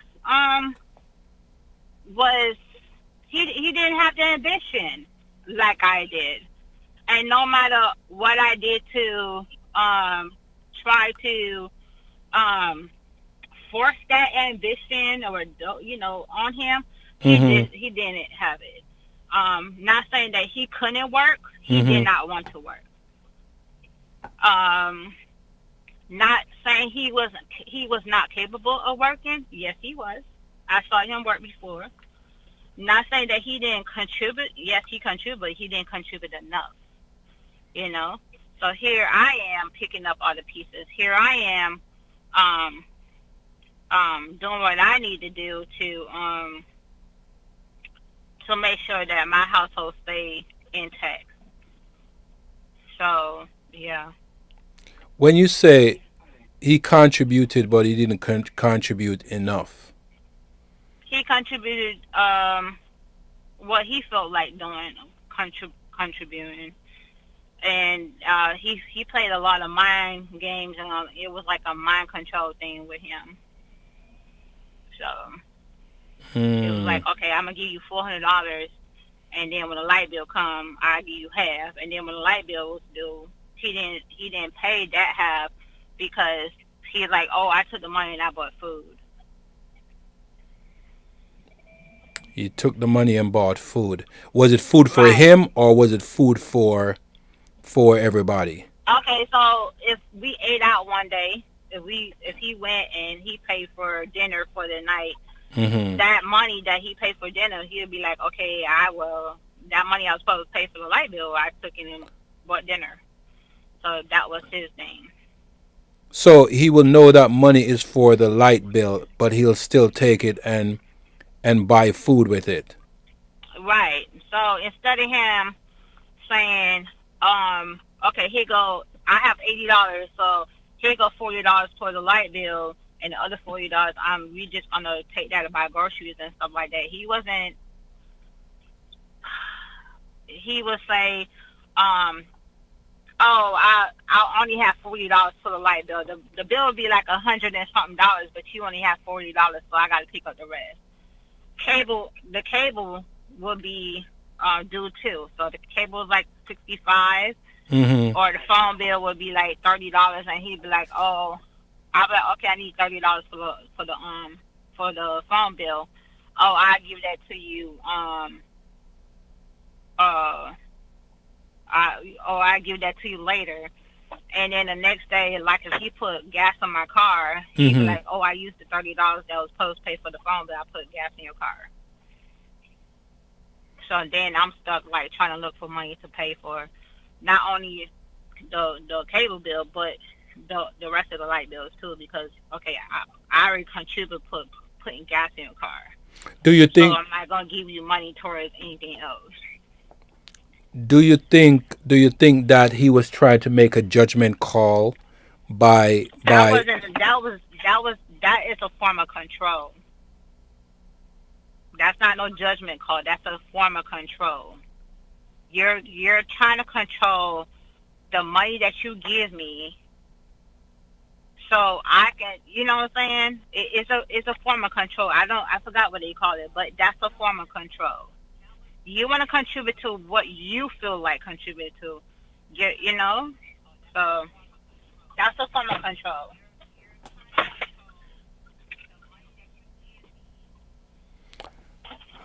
my hmm, 1 second.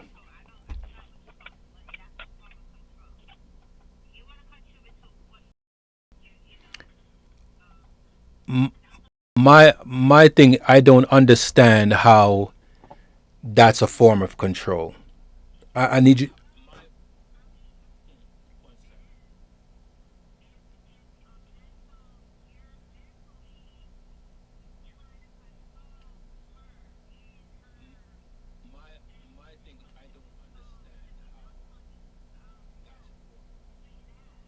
Mm-hmm.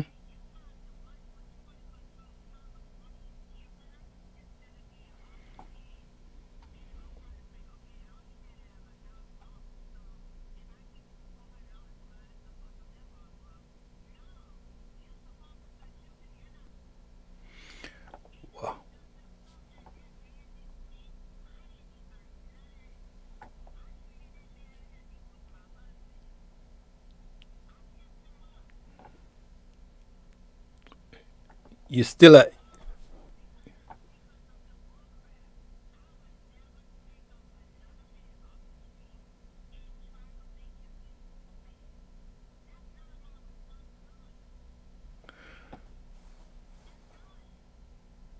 so those are the things behind your rage.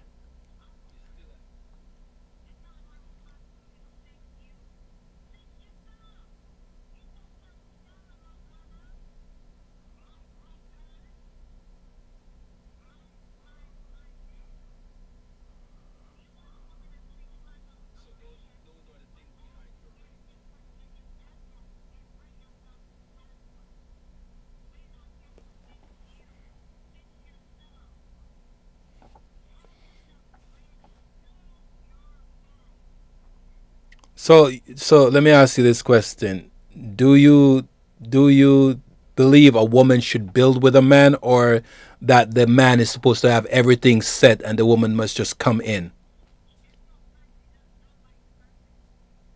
No, answer that question. Do you think that a man should have everything built and then the woman just come in and enjoy all the fruits of his labor without putting anything? And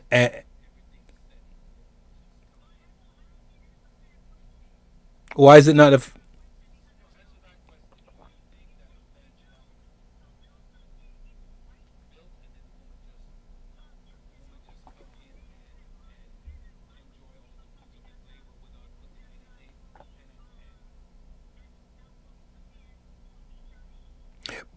But we do know that that happens every day, right? Hold on, hold on, hold on, hold on, hold on, hold on, hold on. Well, your experience is kind of anecdotal, right? It's not a broad. It's not macro.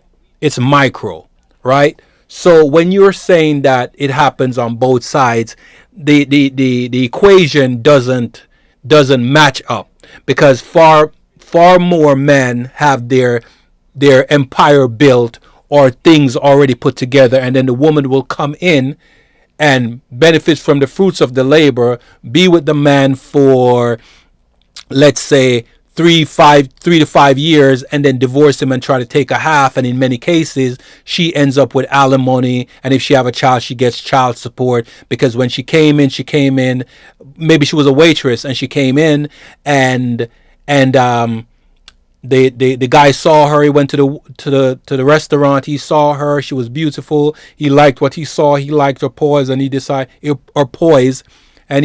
to marry her. At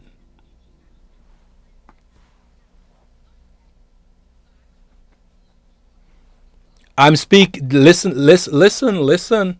I am asking. Do you think it's fair for women to rage out when they meet a man that has everything built?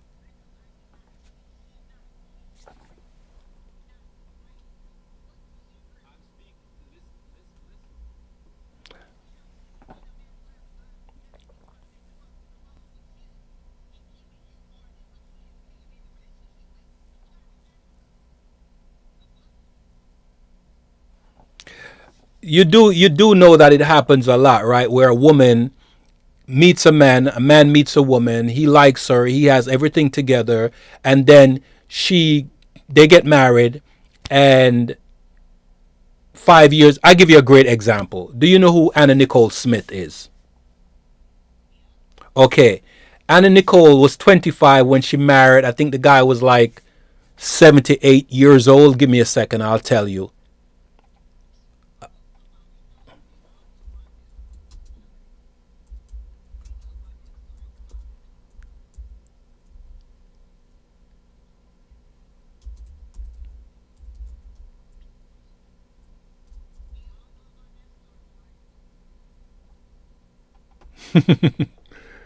Okay, so no, it's not a poor example. We knew, everybody knows, but what I'm using that to establish, right, is that woman will marry a man of 89 years old and she's 25, simply because she hopes he'll pass away soon and she will inherit everything, despite the fact.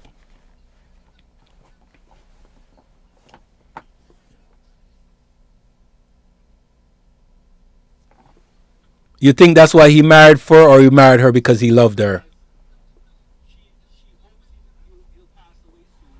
Okay, what about the football player, right? The soccer player that, I don't know if you heard about it, where he's a soccer player and he got married, and a few years after he got married, he didn't cheat, he didn't do anything wrong, and she filed for divorce and tried to get alimony from him. And then she found out that nothing was in his name. His contract was in his mother's name. The contract that he signed, no, his contract was, he signed a contract, but all the houses, cars, bank account, everything, when it was under his mother's name. So she couldn't get a dime. He was literally broke.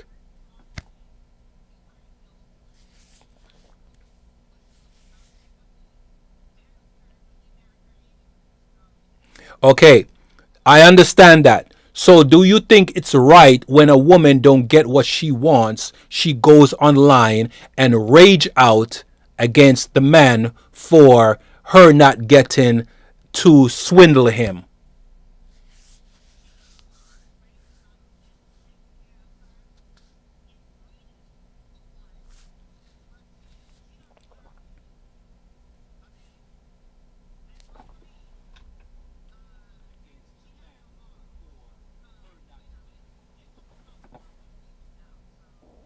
Do you think that had her behaviors, a woman like that, their behaviors has something to do with social engineering?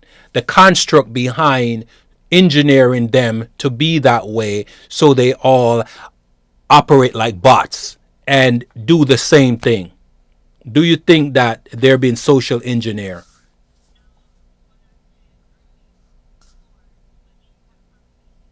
Mm-hmm.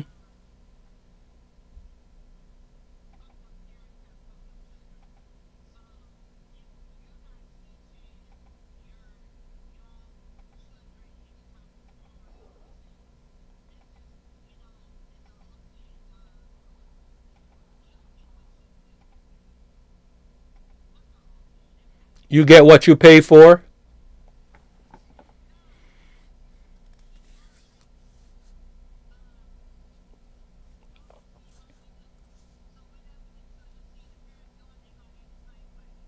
But it's not necessary.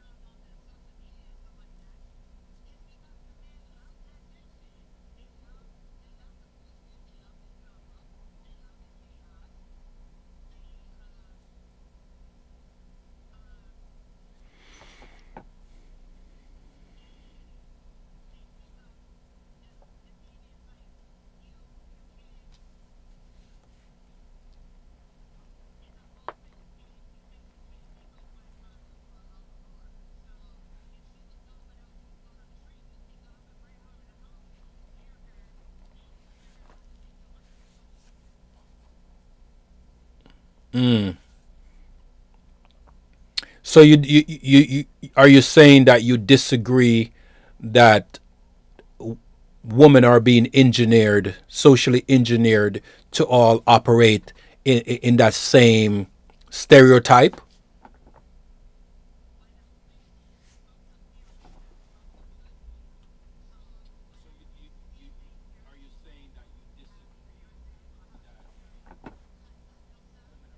Mm.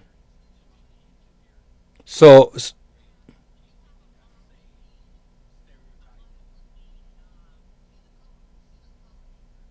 hmm,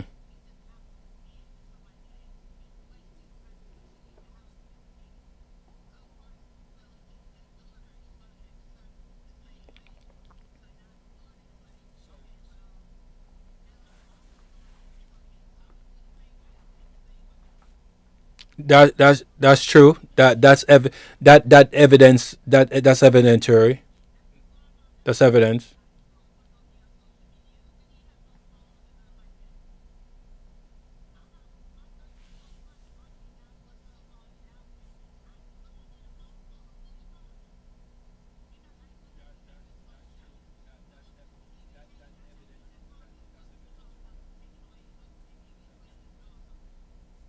Right, right.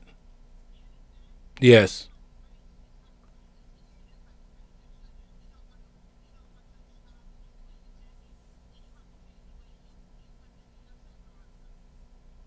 Hmm.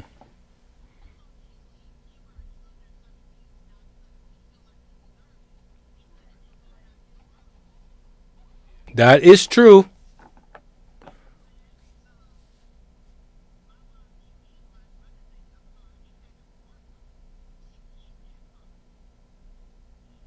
That is true. Folks, 1-844-788-6366. Call in. Uh, give your feedback about what you think that woman's anger is being weaponized. What's behind the rage, right? As you can see the thumbnail, it says weaponized anger. What's behind the rage? So if you're watching the video, like the video, share the video, leave your feedback, and call in and give your thoughts. Give me your thoughts.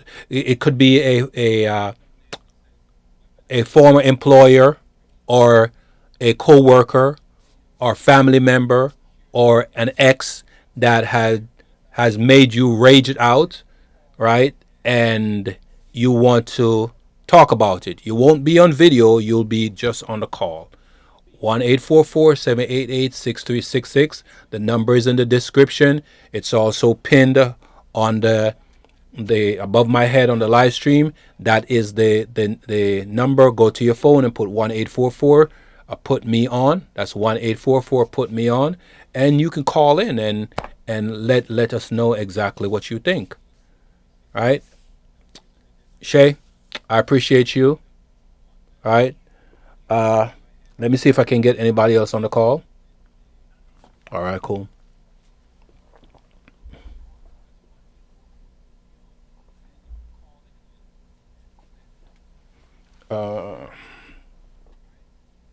Give me a second, guys.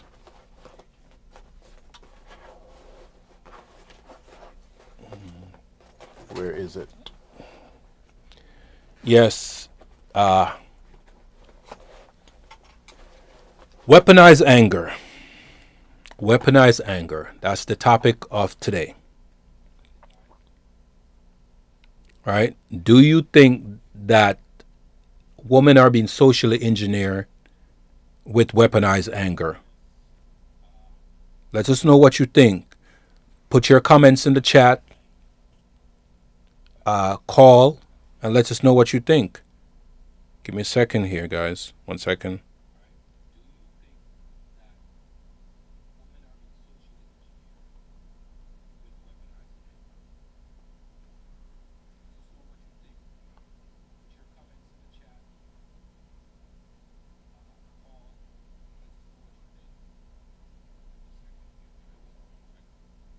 You may also visit.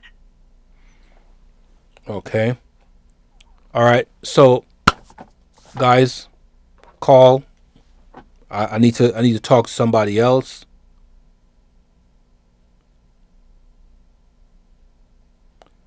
Let me respond to this message.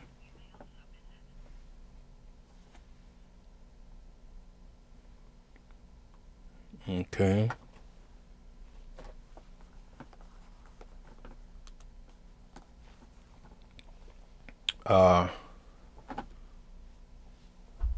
Let me see something here. Give me a second, guys.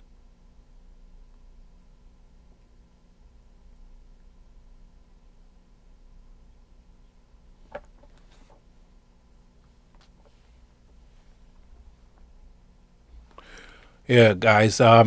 If you're watching the stream, oh shucks.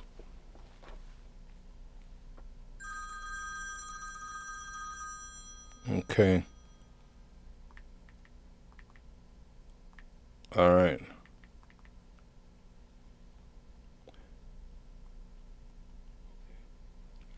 All right, guys.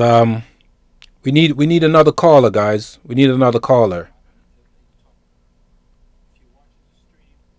All right. We need another caller, guys. We need another caller, guys. Let me see if I can phone a friend. Let me see if I can get anybody else on the call. Anybody else on the call?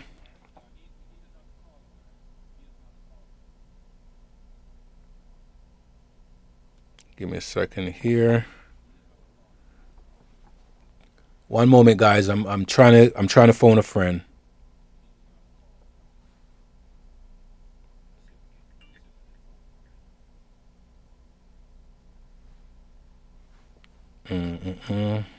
Give me a second, guys.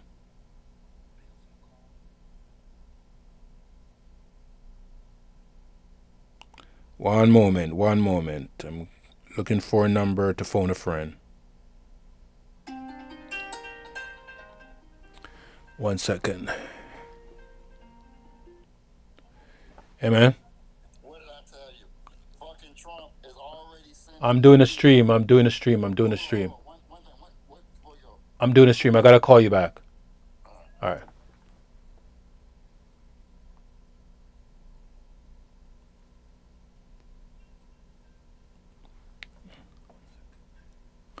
All right. Let me say. Give me a second, guy. Give me a second.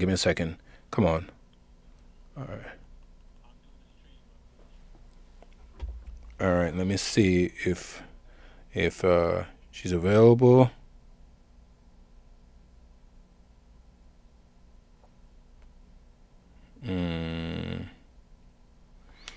Give me a second, guys. I'm trying to get another caller on. This is a call-in show. As you can see the thumbnail. Oh, like the video, share the video, smash that like button, guys. Share the video, put your comment. This is a call-in show. I'd like to get some more opinions. Weaponized anger. What's behind the rage? Do you think that women are being socially engineered to have weaponized anger? Call in. The number is 1-844-788-6366. That's 1-844-788-6366.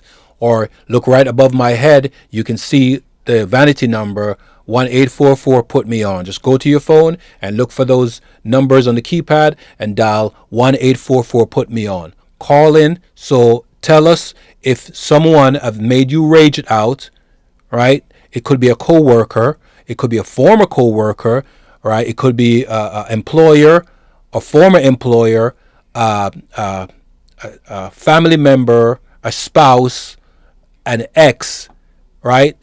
Call, let us know. Let's have a conversation. I have some questions to ask. Do you think women are being socially engineered to have weaponized anger? What's behind the rage? Call. The phone lines are open. All right? Let's have a conversation, guys. Don't be shy. Don't be shy. All right? Like the video. You're on right now. You're like the video, and let's have a conversation. Give us a call. Let's have a conversation. Other people would want to hear how you manage your rage if you had rage. All right, let me see if I can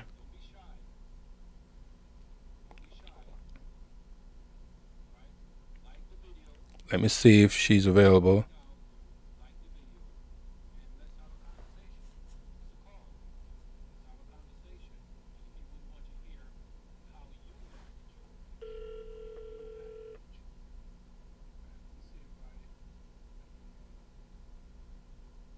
Hello. Hey Gussie, how you doing? I'm sorry, you have the wrong number. Sorry. I thought it was still my do you know Social Think and Say podcast? Oh no, I changed my number like a year ago and I keep getting calls from a woman named Gussie. Oh, I'm so sorry, so sorry. No, you're okay. Thank you. Have a nice day. Well, let me ask you a question. Wait. Oh shucks, she went.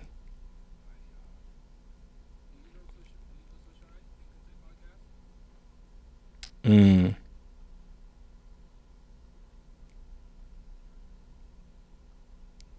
I should have asked her. I should have asked her.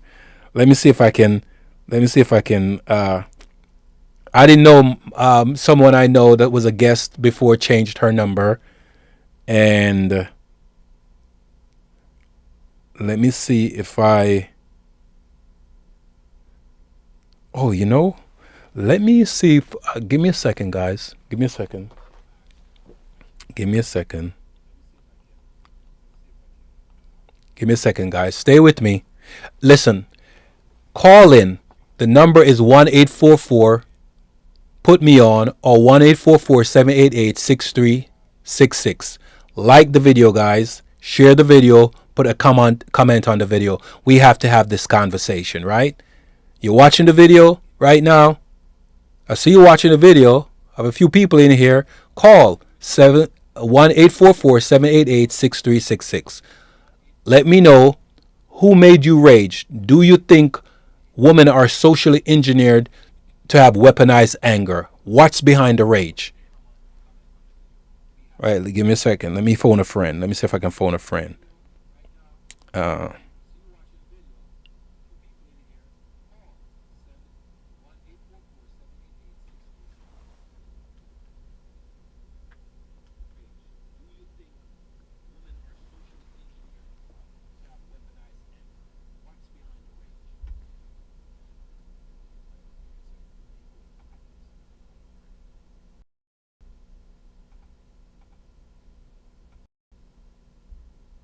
Okay.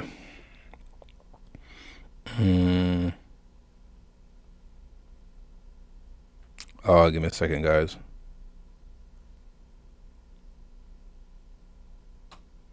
Give me a second. Where is...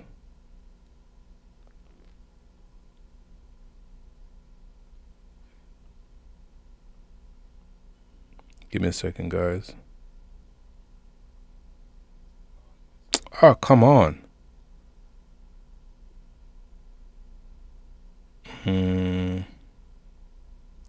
What's her name again? Hmm.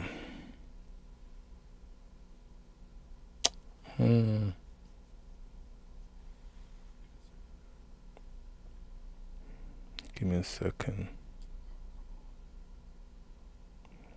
Okay, there she is. Let me see if she's available.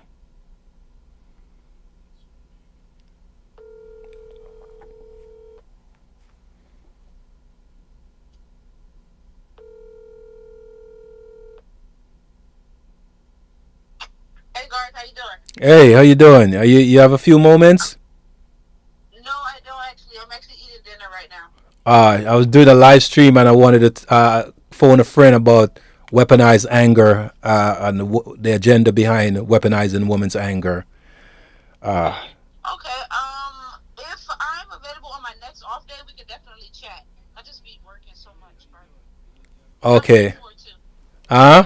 I'll catch up with you. No, I was talking to the young lady. I'll talk to you in a minute, Garth. All right, we'll talk. We'll talk. Okay. All right. Yeah.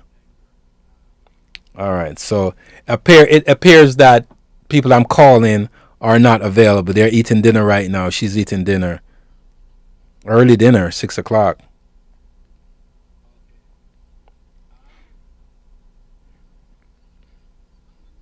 Let me call. Let me call.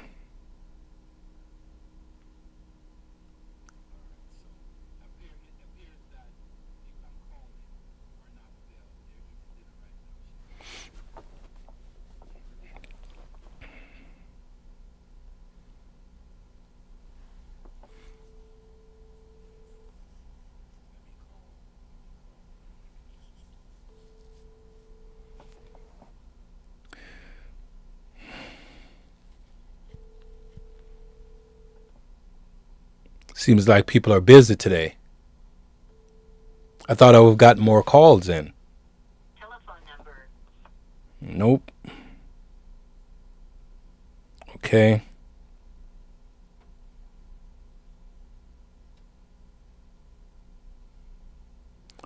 Let's see. Let me see if he. Let's see if.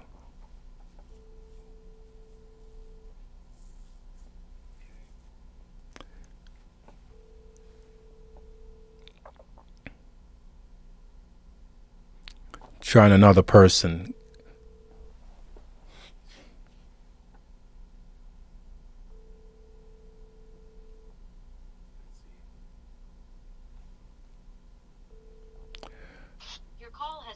Okay, seem like I'm not able to get anybody else to pick up. Everybody's busy right now. Right? Like a lot of people are busy right now. On a gig. Yep. Busy on a gig.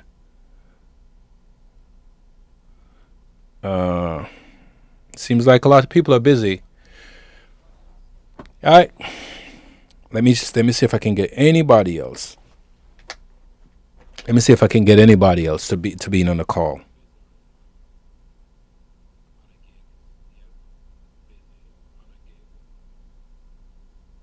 No, she wouldn't want to be on the call. I know how she feel about being on a call.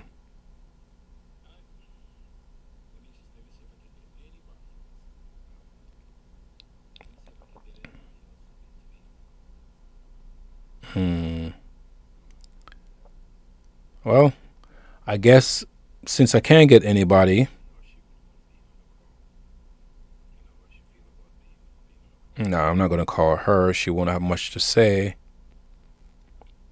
But let me give it a shot. Let me give it a shot.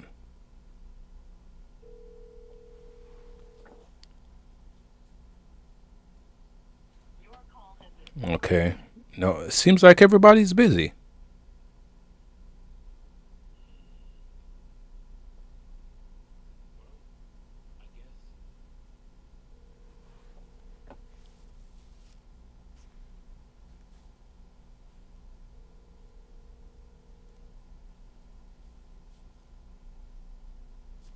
Seems like everybody's busy.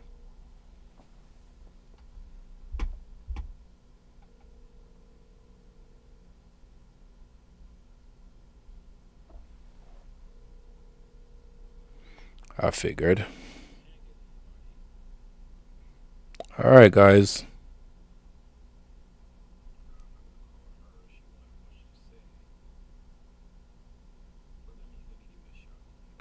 Okay, guys.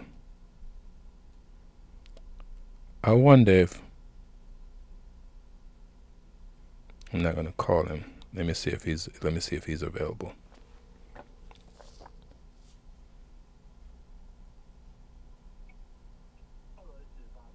Okay, so he's not available either. All right, so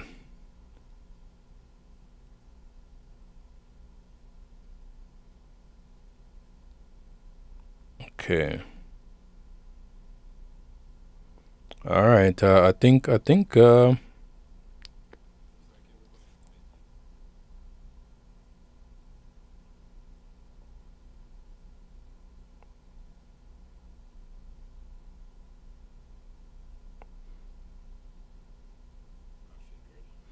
me call him.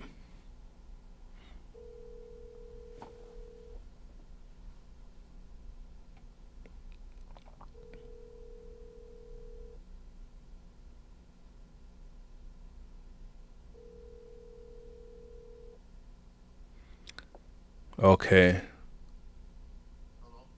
Hey, can you hear me?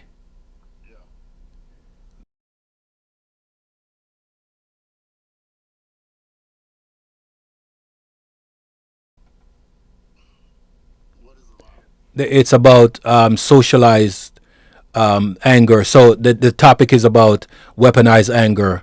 Are women being socially engineered?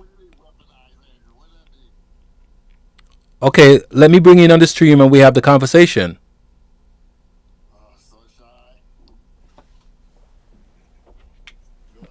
All right, cool. Give me a second.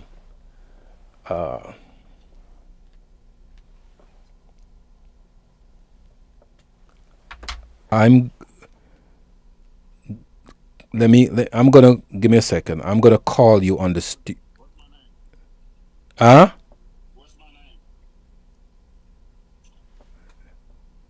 Benai? Okay. All right, give me a second.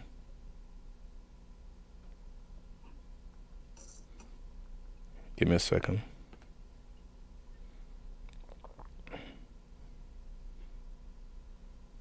I'm gonna call you on the studio phone. I'm dialing it right now, okay?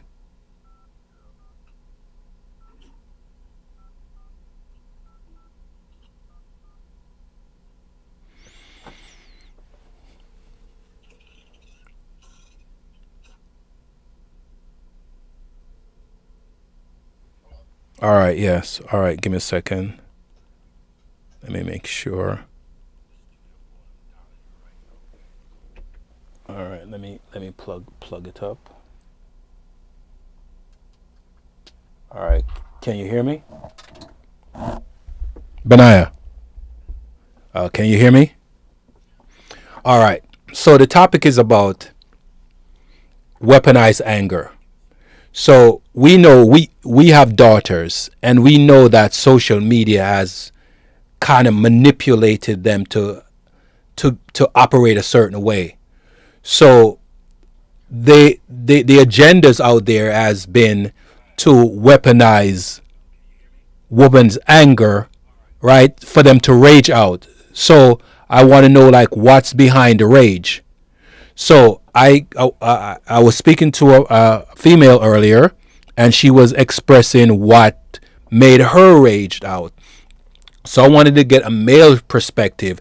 Do you think that females anger is weaponized against men or against society for political agenda? What say you?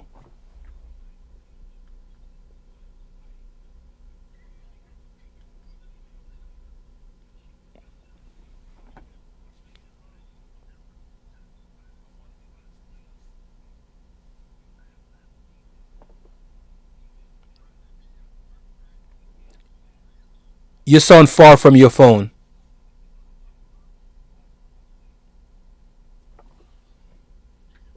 Yeah, I can hear you better.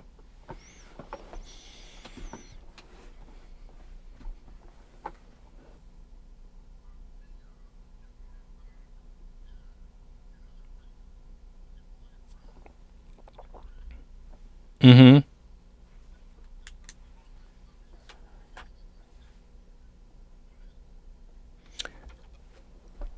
Okay. Do you think that, do you have any instances of how women are used to their anger? Because we know that women typically, and this is no dig at women, but we know typically that women get angry for the slightest thing, and when they can't get their way, they tend to react negatively, and sometimes they'll say the most vile things. But do you think it's social conditioning why, while your daughter, for instance, or my daughter, for instance, will say something outlandish, and then you go online and hear the very same thing?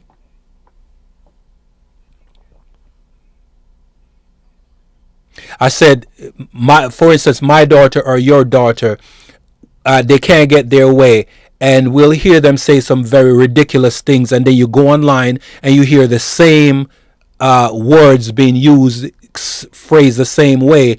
Do you think that there is a social engineering to weaponize women's anger against their fathers, against their brothers, against people, just to get a certain agenda pushed? And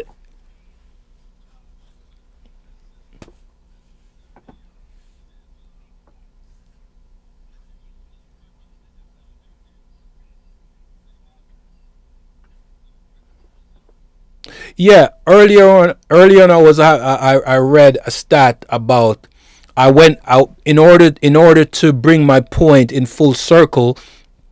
I went to talk about the suffragettes way back in the past when they wanted to vote, and they started to gather together, create a union, a unity, so they can pass political agenda, so women can have certain rights, right? And then out of that culminated the feminist movement, which destroyed uh, relationship and sanctity in relationship, and remove shame from women, to make them become very wild and obscene, and the way they dress and the way they speak, and there's no accountability. So my thoughts behind that is that that was a social engineering to get women to destroy families, so they can have women control how the direction of the society goes. What say you?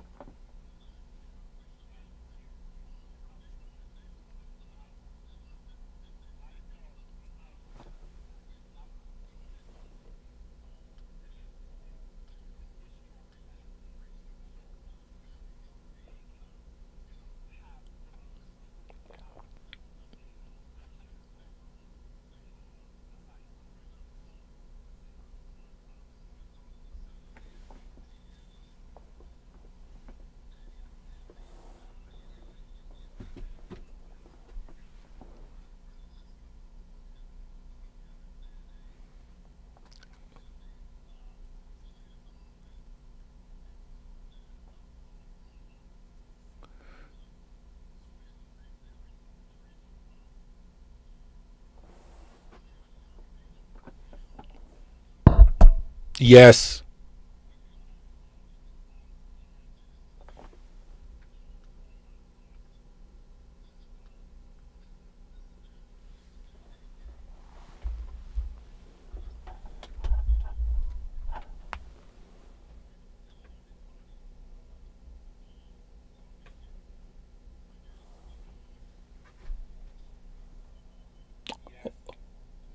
Hold on a second there, Ben. Give me one sec. Ben, I.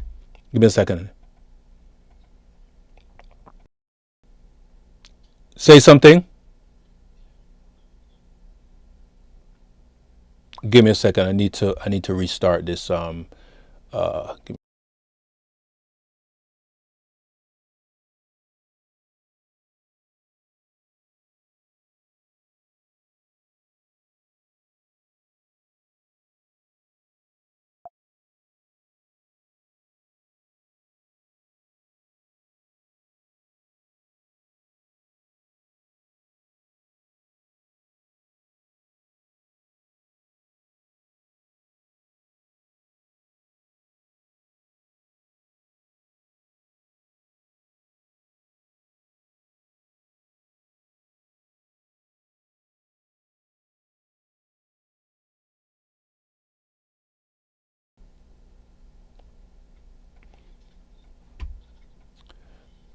Let me get this going.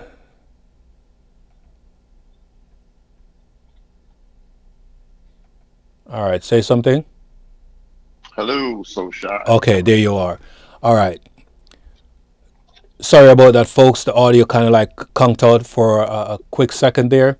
All right. So you were telling me that your daughter was telling you that at 14 she told you that she's 14 now so she can have a baby. So basically she was saying to you that you can't tell her what to do. Yeah, that she was a woman, and and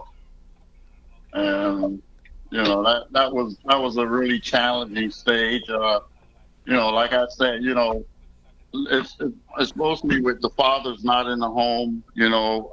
Challenging uh, the authority, and you got grandmothers telling the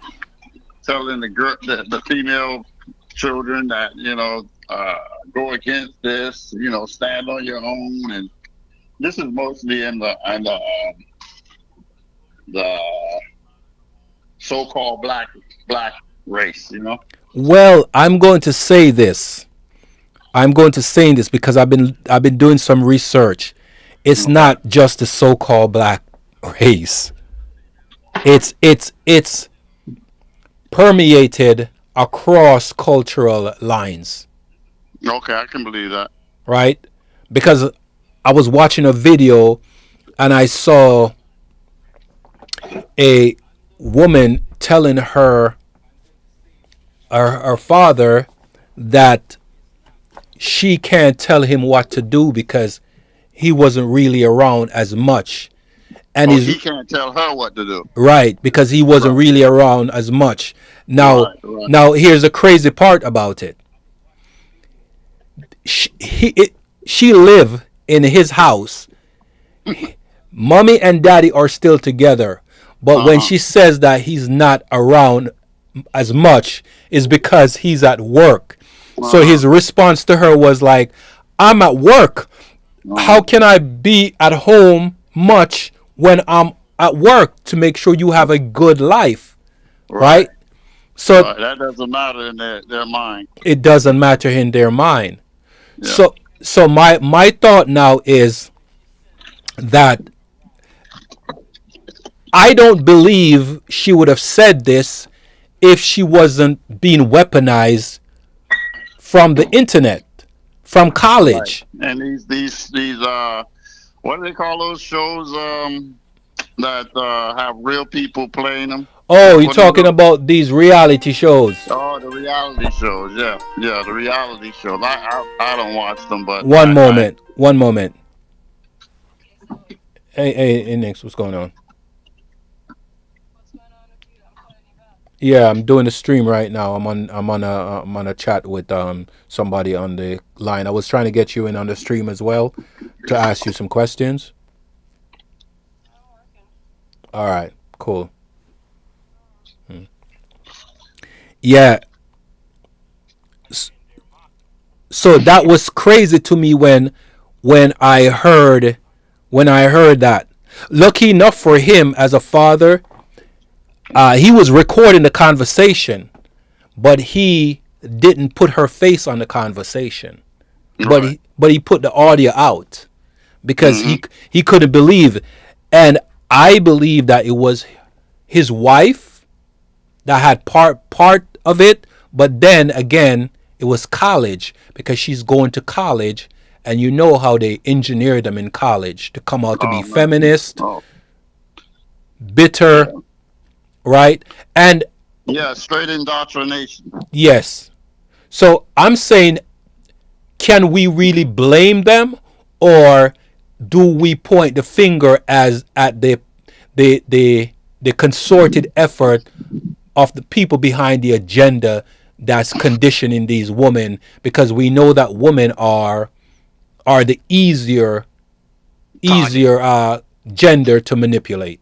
Well, I can say when it comes to blaming, it's a 60-40.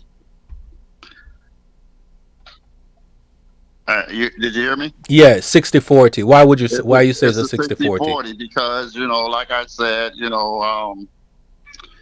It's still in the parents' hands to make sure you educate your child Mm-hmm. um, better when it comes down to the internet, the public. But you would say, oh well, they have to go to school and stuff. But I still say it's a 60-40 because I mean, the discipline, all those types of things playing a part. So I can't push it all on the public and the internet. It is still your problem as a parent to discipline them better. Well, we do know that discipline children is very difficult because the government puts certain protocols in place to make Yeah, they oversee the parents. yeah. If you raise your voice, it's constituted as verbal abuse. Well, like they say, if you're not raising your child, the government will raise them. So Well, the government has been raising the children for a very long time. Remember, back in the 60s, right, yeah, and 30s, when the social programs started out, they offered married woman money to, and the woman decided to take the money and get rid of the right, man out of the family. right, And right, right. and over time, what as we had what happened over time? The prison the prisons became Populated. populated, Yeah, right? exactly. They change how music, the content in music, they stop talking about upliftment and betterment, and they start talking more of only about debauchery. They only start about, it's about sex, drugs, and what, and all, and Well, materialism, doing harmful things to people. Yeah, yeah, right? and So they engineered the music.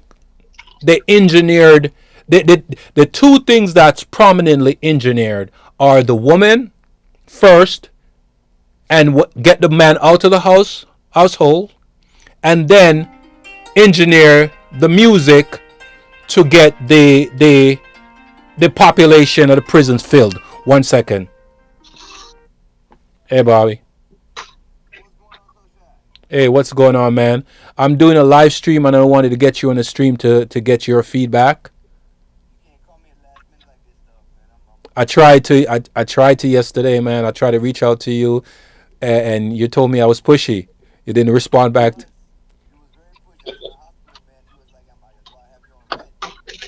Yeah, you could have told me you were in a hospital, man. So I know you just, I didn't know. No, no, not talk to me. Just send a text and say, "Hey, I'm in the hospital." I got you, man. I got you. I got you. So what's going on? You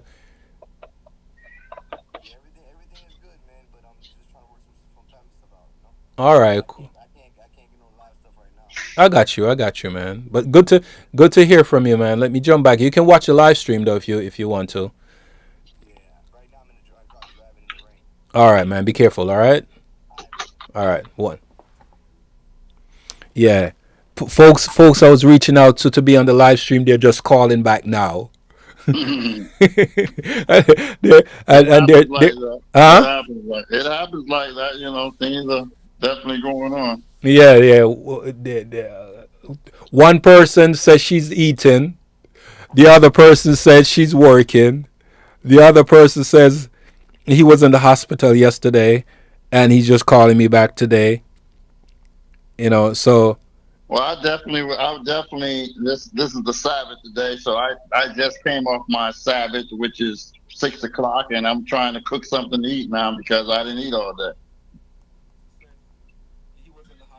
okay, okay. Me neither, man. I had fruits for breakfast.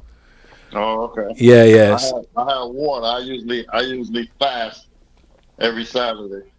Oh no, I don't drink water, man. I haven't drink water since August. Only juice. Wow. No, Yeah. I had coconut water today. Oh yeah, yeah. Yeah. I buy that. I juice carrots. I juice watermelon. I juice. I buy coconut water. Buy a gallon Yeah. of it. Raw coconut water. I Yeah. boil clove water. Yeah. And Yeah. I have Yeah. get Yeah. sorrel. So literally, I have not literally put water, like water by itself, to my Right. head since I think August. Okay. I think it What's was what's the August purpose of 2nd. that? Because I know you have a purpose. Huh? What's the the purpose and the benefits? The purpose of juicing is to No, no, no, regulate. no, no, no, no, no. I didn't. I know what the purpose of juicing. What's the purpose of you having putting plain water to your head? That's what I'm asking. Okay, because of the microplastic that's in water. Oh, okay. So Okay. I've been actually straining the water with the cheesecloth. Mm. Yeah, I do not just put the water to my head anymore. And the reason for that, and I'm going to tell you, and people on the stream that's watching, like the stream, right? Because this information is important. It's kind of like Mm. a little bit off of what we're talking about. But I discovered microplastic in my urine. Oh yeah. Oh, did you? Wow. Yes, I discovered microplastic in my urine. Wow. Well, I understand about the metals and all that type of stuff, because they have the metals, they have the Luciferian light out now, and the high powered poles out there, Hmm. and and they said they gave you the shot, Right. and they say all these things Well, here's the put thing. together Here's when the they put. thing. I think we should do a stream about Hmm. these things separate from this, so we're not going far off. Okay, You okay, okay, asked me okay. why did I start like juicing that regular, where I haven't drank water since like August, I think August 2nd. And Hmm. I kind of like give you that. But Yeah. yeah, I wanted to stay on topic with Okay. the Okay. weaponized agenda. But I definitely think we should have create a show where I call you and we just rock out and talk about a bunch of stuff. Hmm. You down? Yeah, yeah, I'm done. All right, all right, all right, man. I'm gonna let you go back to your cooking. I need to go put some real food in my body Yeah. because all I had for breakfast, it was this morning, was an apple, like a little over a dozen grapes, Uh-huh. some Very good for you. tangerine. With seeds, right? Huh? With seeds, Oh right? yeah, yeah, yeah. Because here's the thing. Uh-huh. This is why I tell people when I go to the store to buy fruits. I said fruits have seeds. Hmm. If it doesn't have seeds, it's now a They won't vegetable. live. So I don't call them fruits anymore. I call them fruitables. Exactly. Genetic modified. Exactly. They're not fruits. They're fruitables. Fruit and vegetable put together. I call them fruitables. Yeah, man. We can definitely have conversations. Give me a call anytime. Yeah, and you have 100%. You have my 100% okay to for us to go back and forth like we do sometimes. Okay. No problem. Oh, uh, hey, don't forget to call me about the Venezuela thing, okay? all right, cool, cool. Later. Yeah. All right, folks. So I've had a long conversation, and it's over 3.5 hours, right? It's a long stream, and we'll be having another conversation, probably more. But with that being said, listen, guys.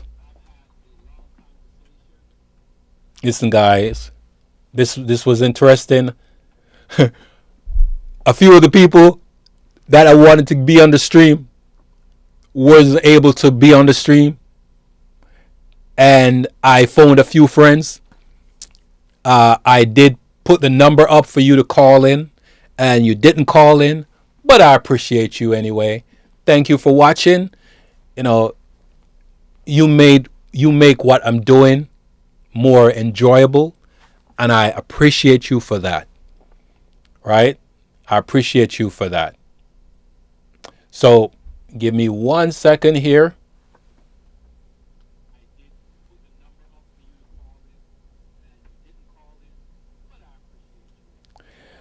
Do like the video though. Share the video. Subscribe to the channel. Tell a friend to tell a friend to tell another friend. Right? Let's get the numbers up so we can have more conversations like this. Because we need to figure out how we're being manipulated, how we're being socially engineered. Right? I did a stream the other day about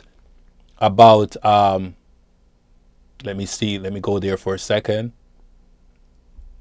I did a live stream the other day about AI robots, right? I uploaded the video. Is AI super robots, right? And let me tell you, it's a lot. There's a lot of controlling happening on different fronts, different sectors, right? So just understand that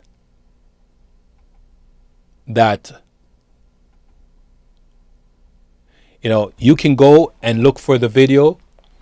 It's on the channel at Think and Say on YouTube, right?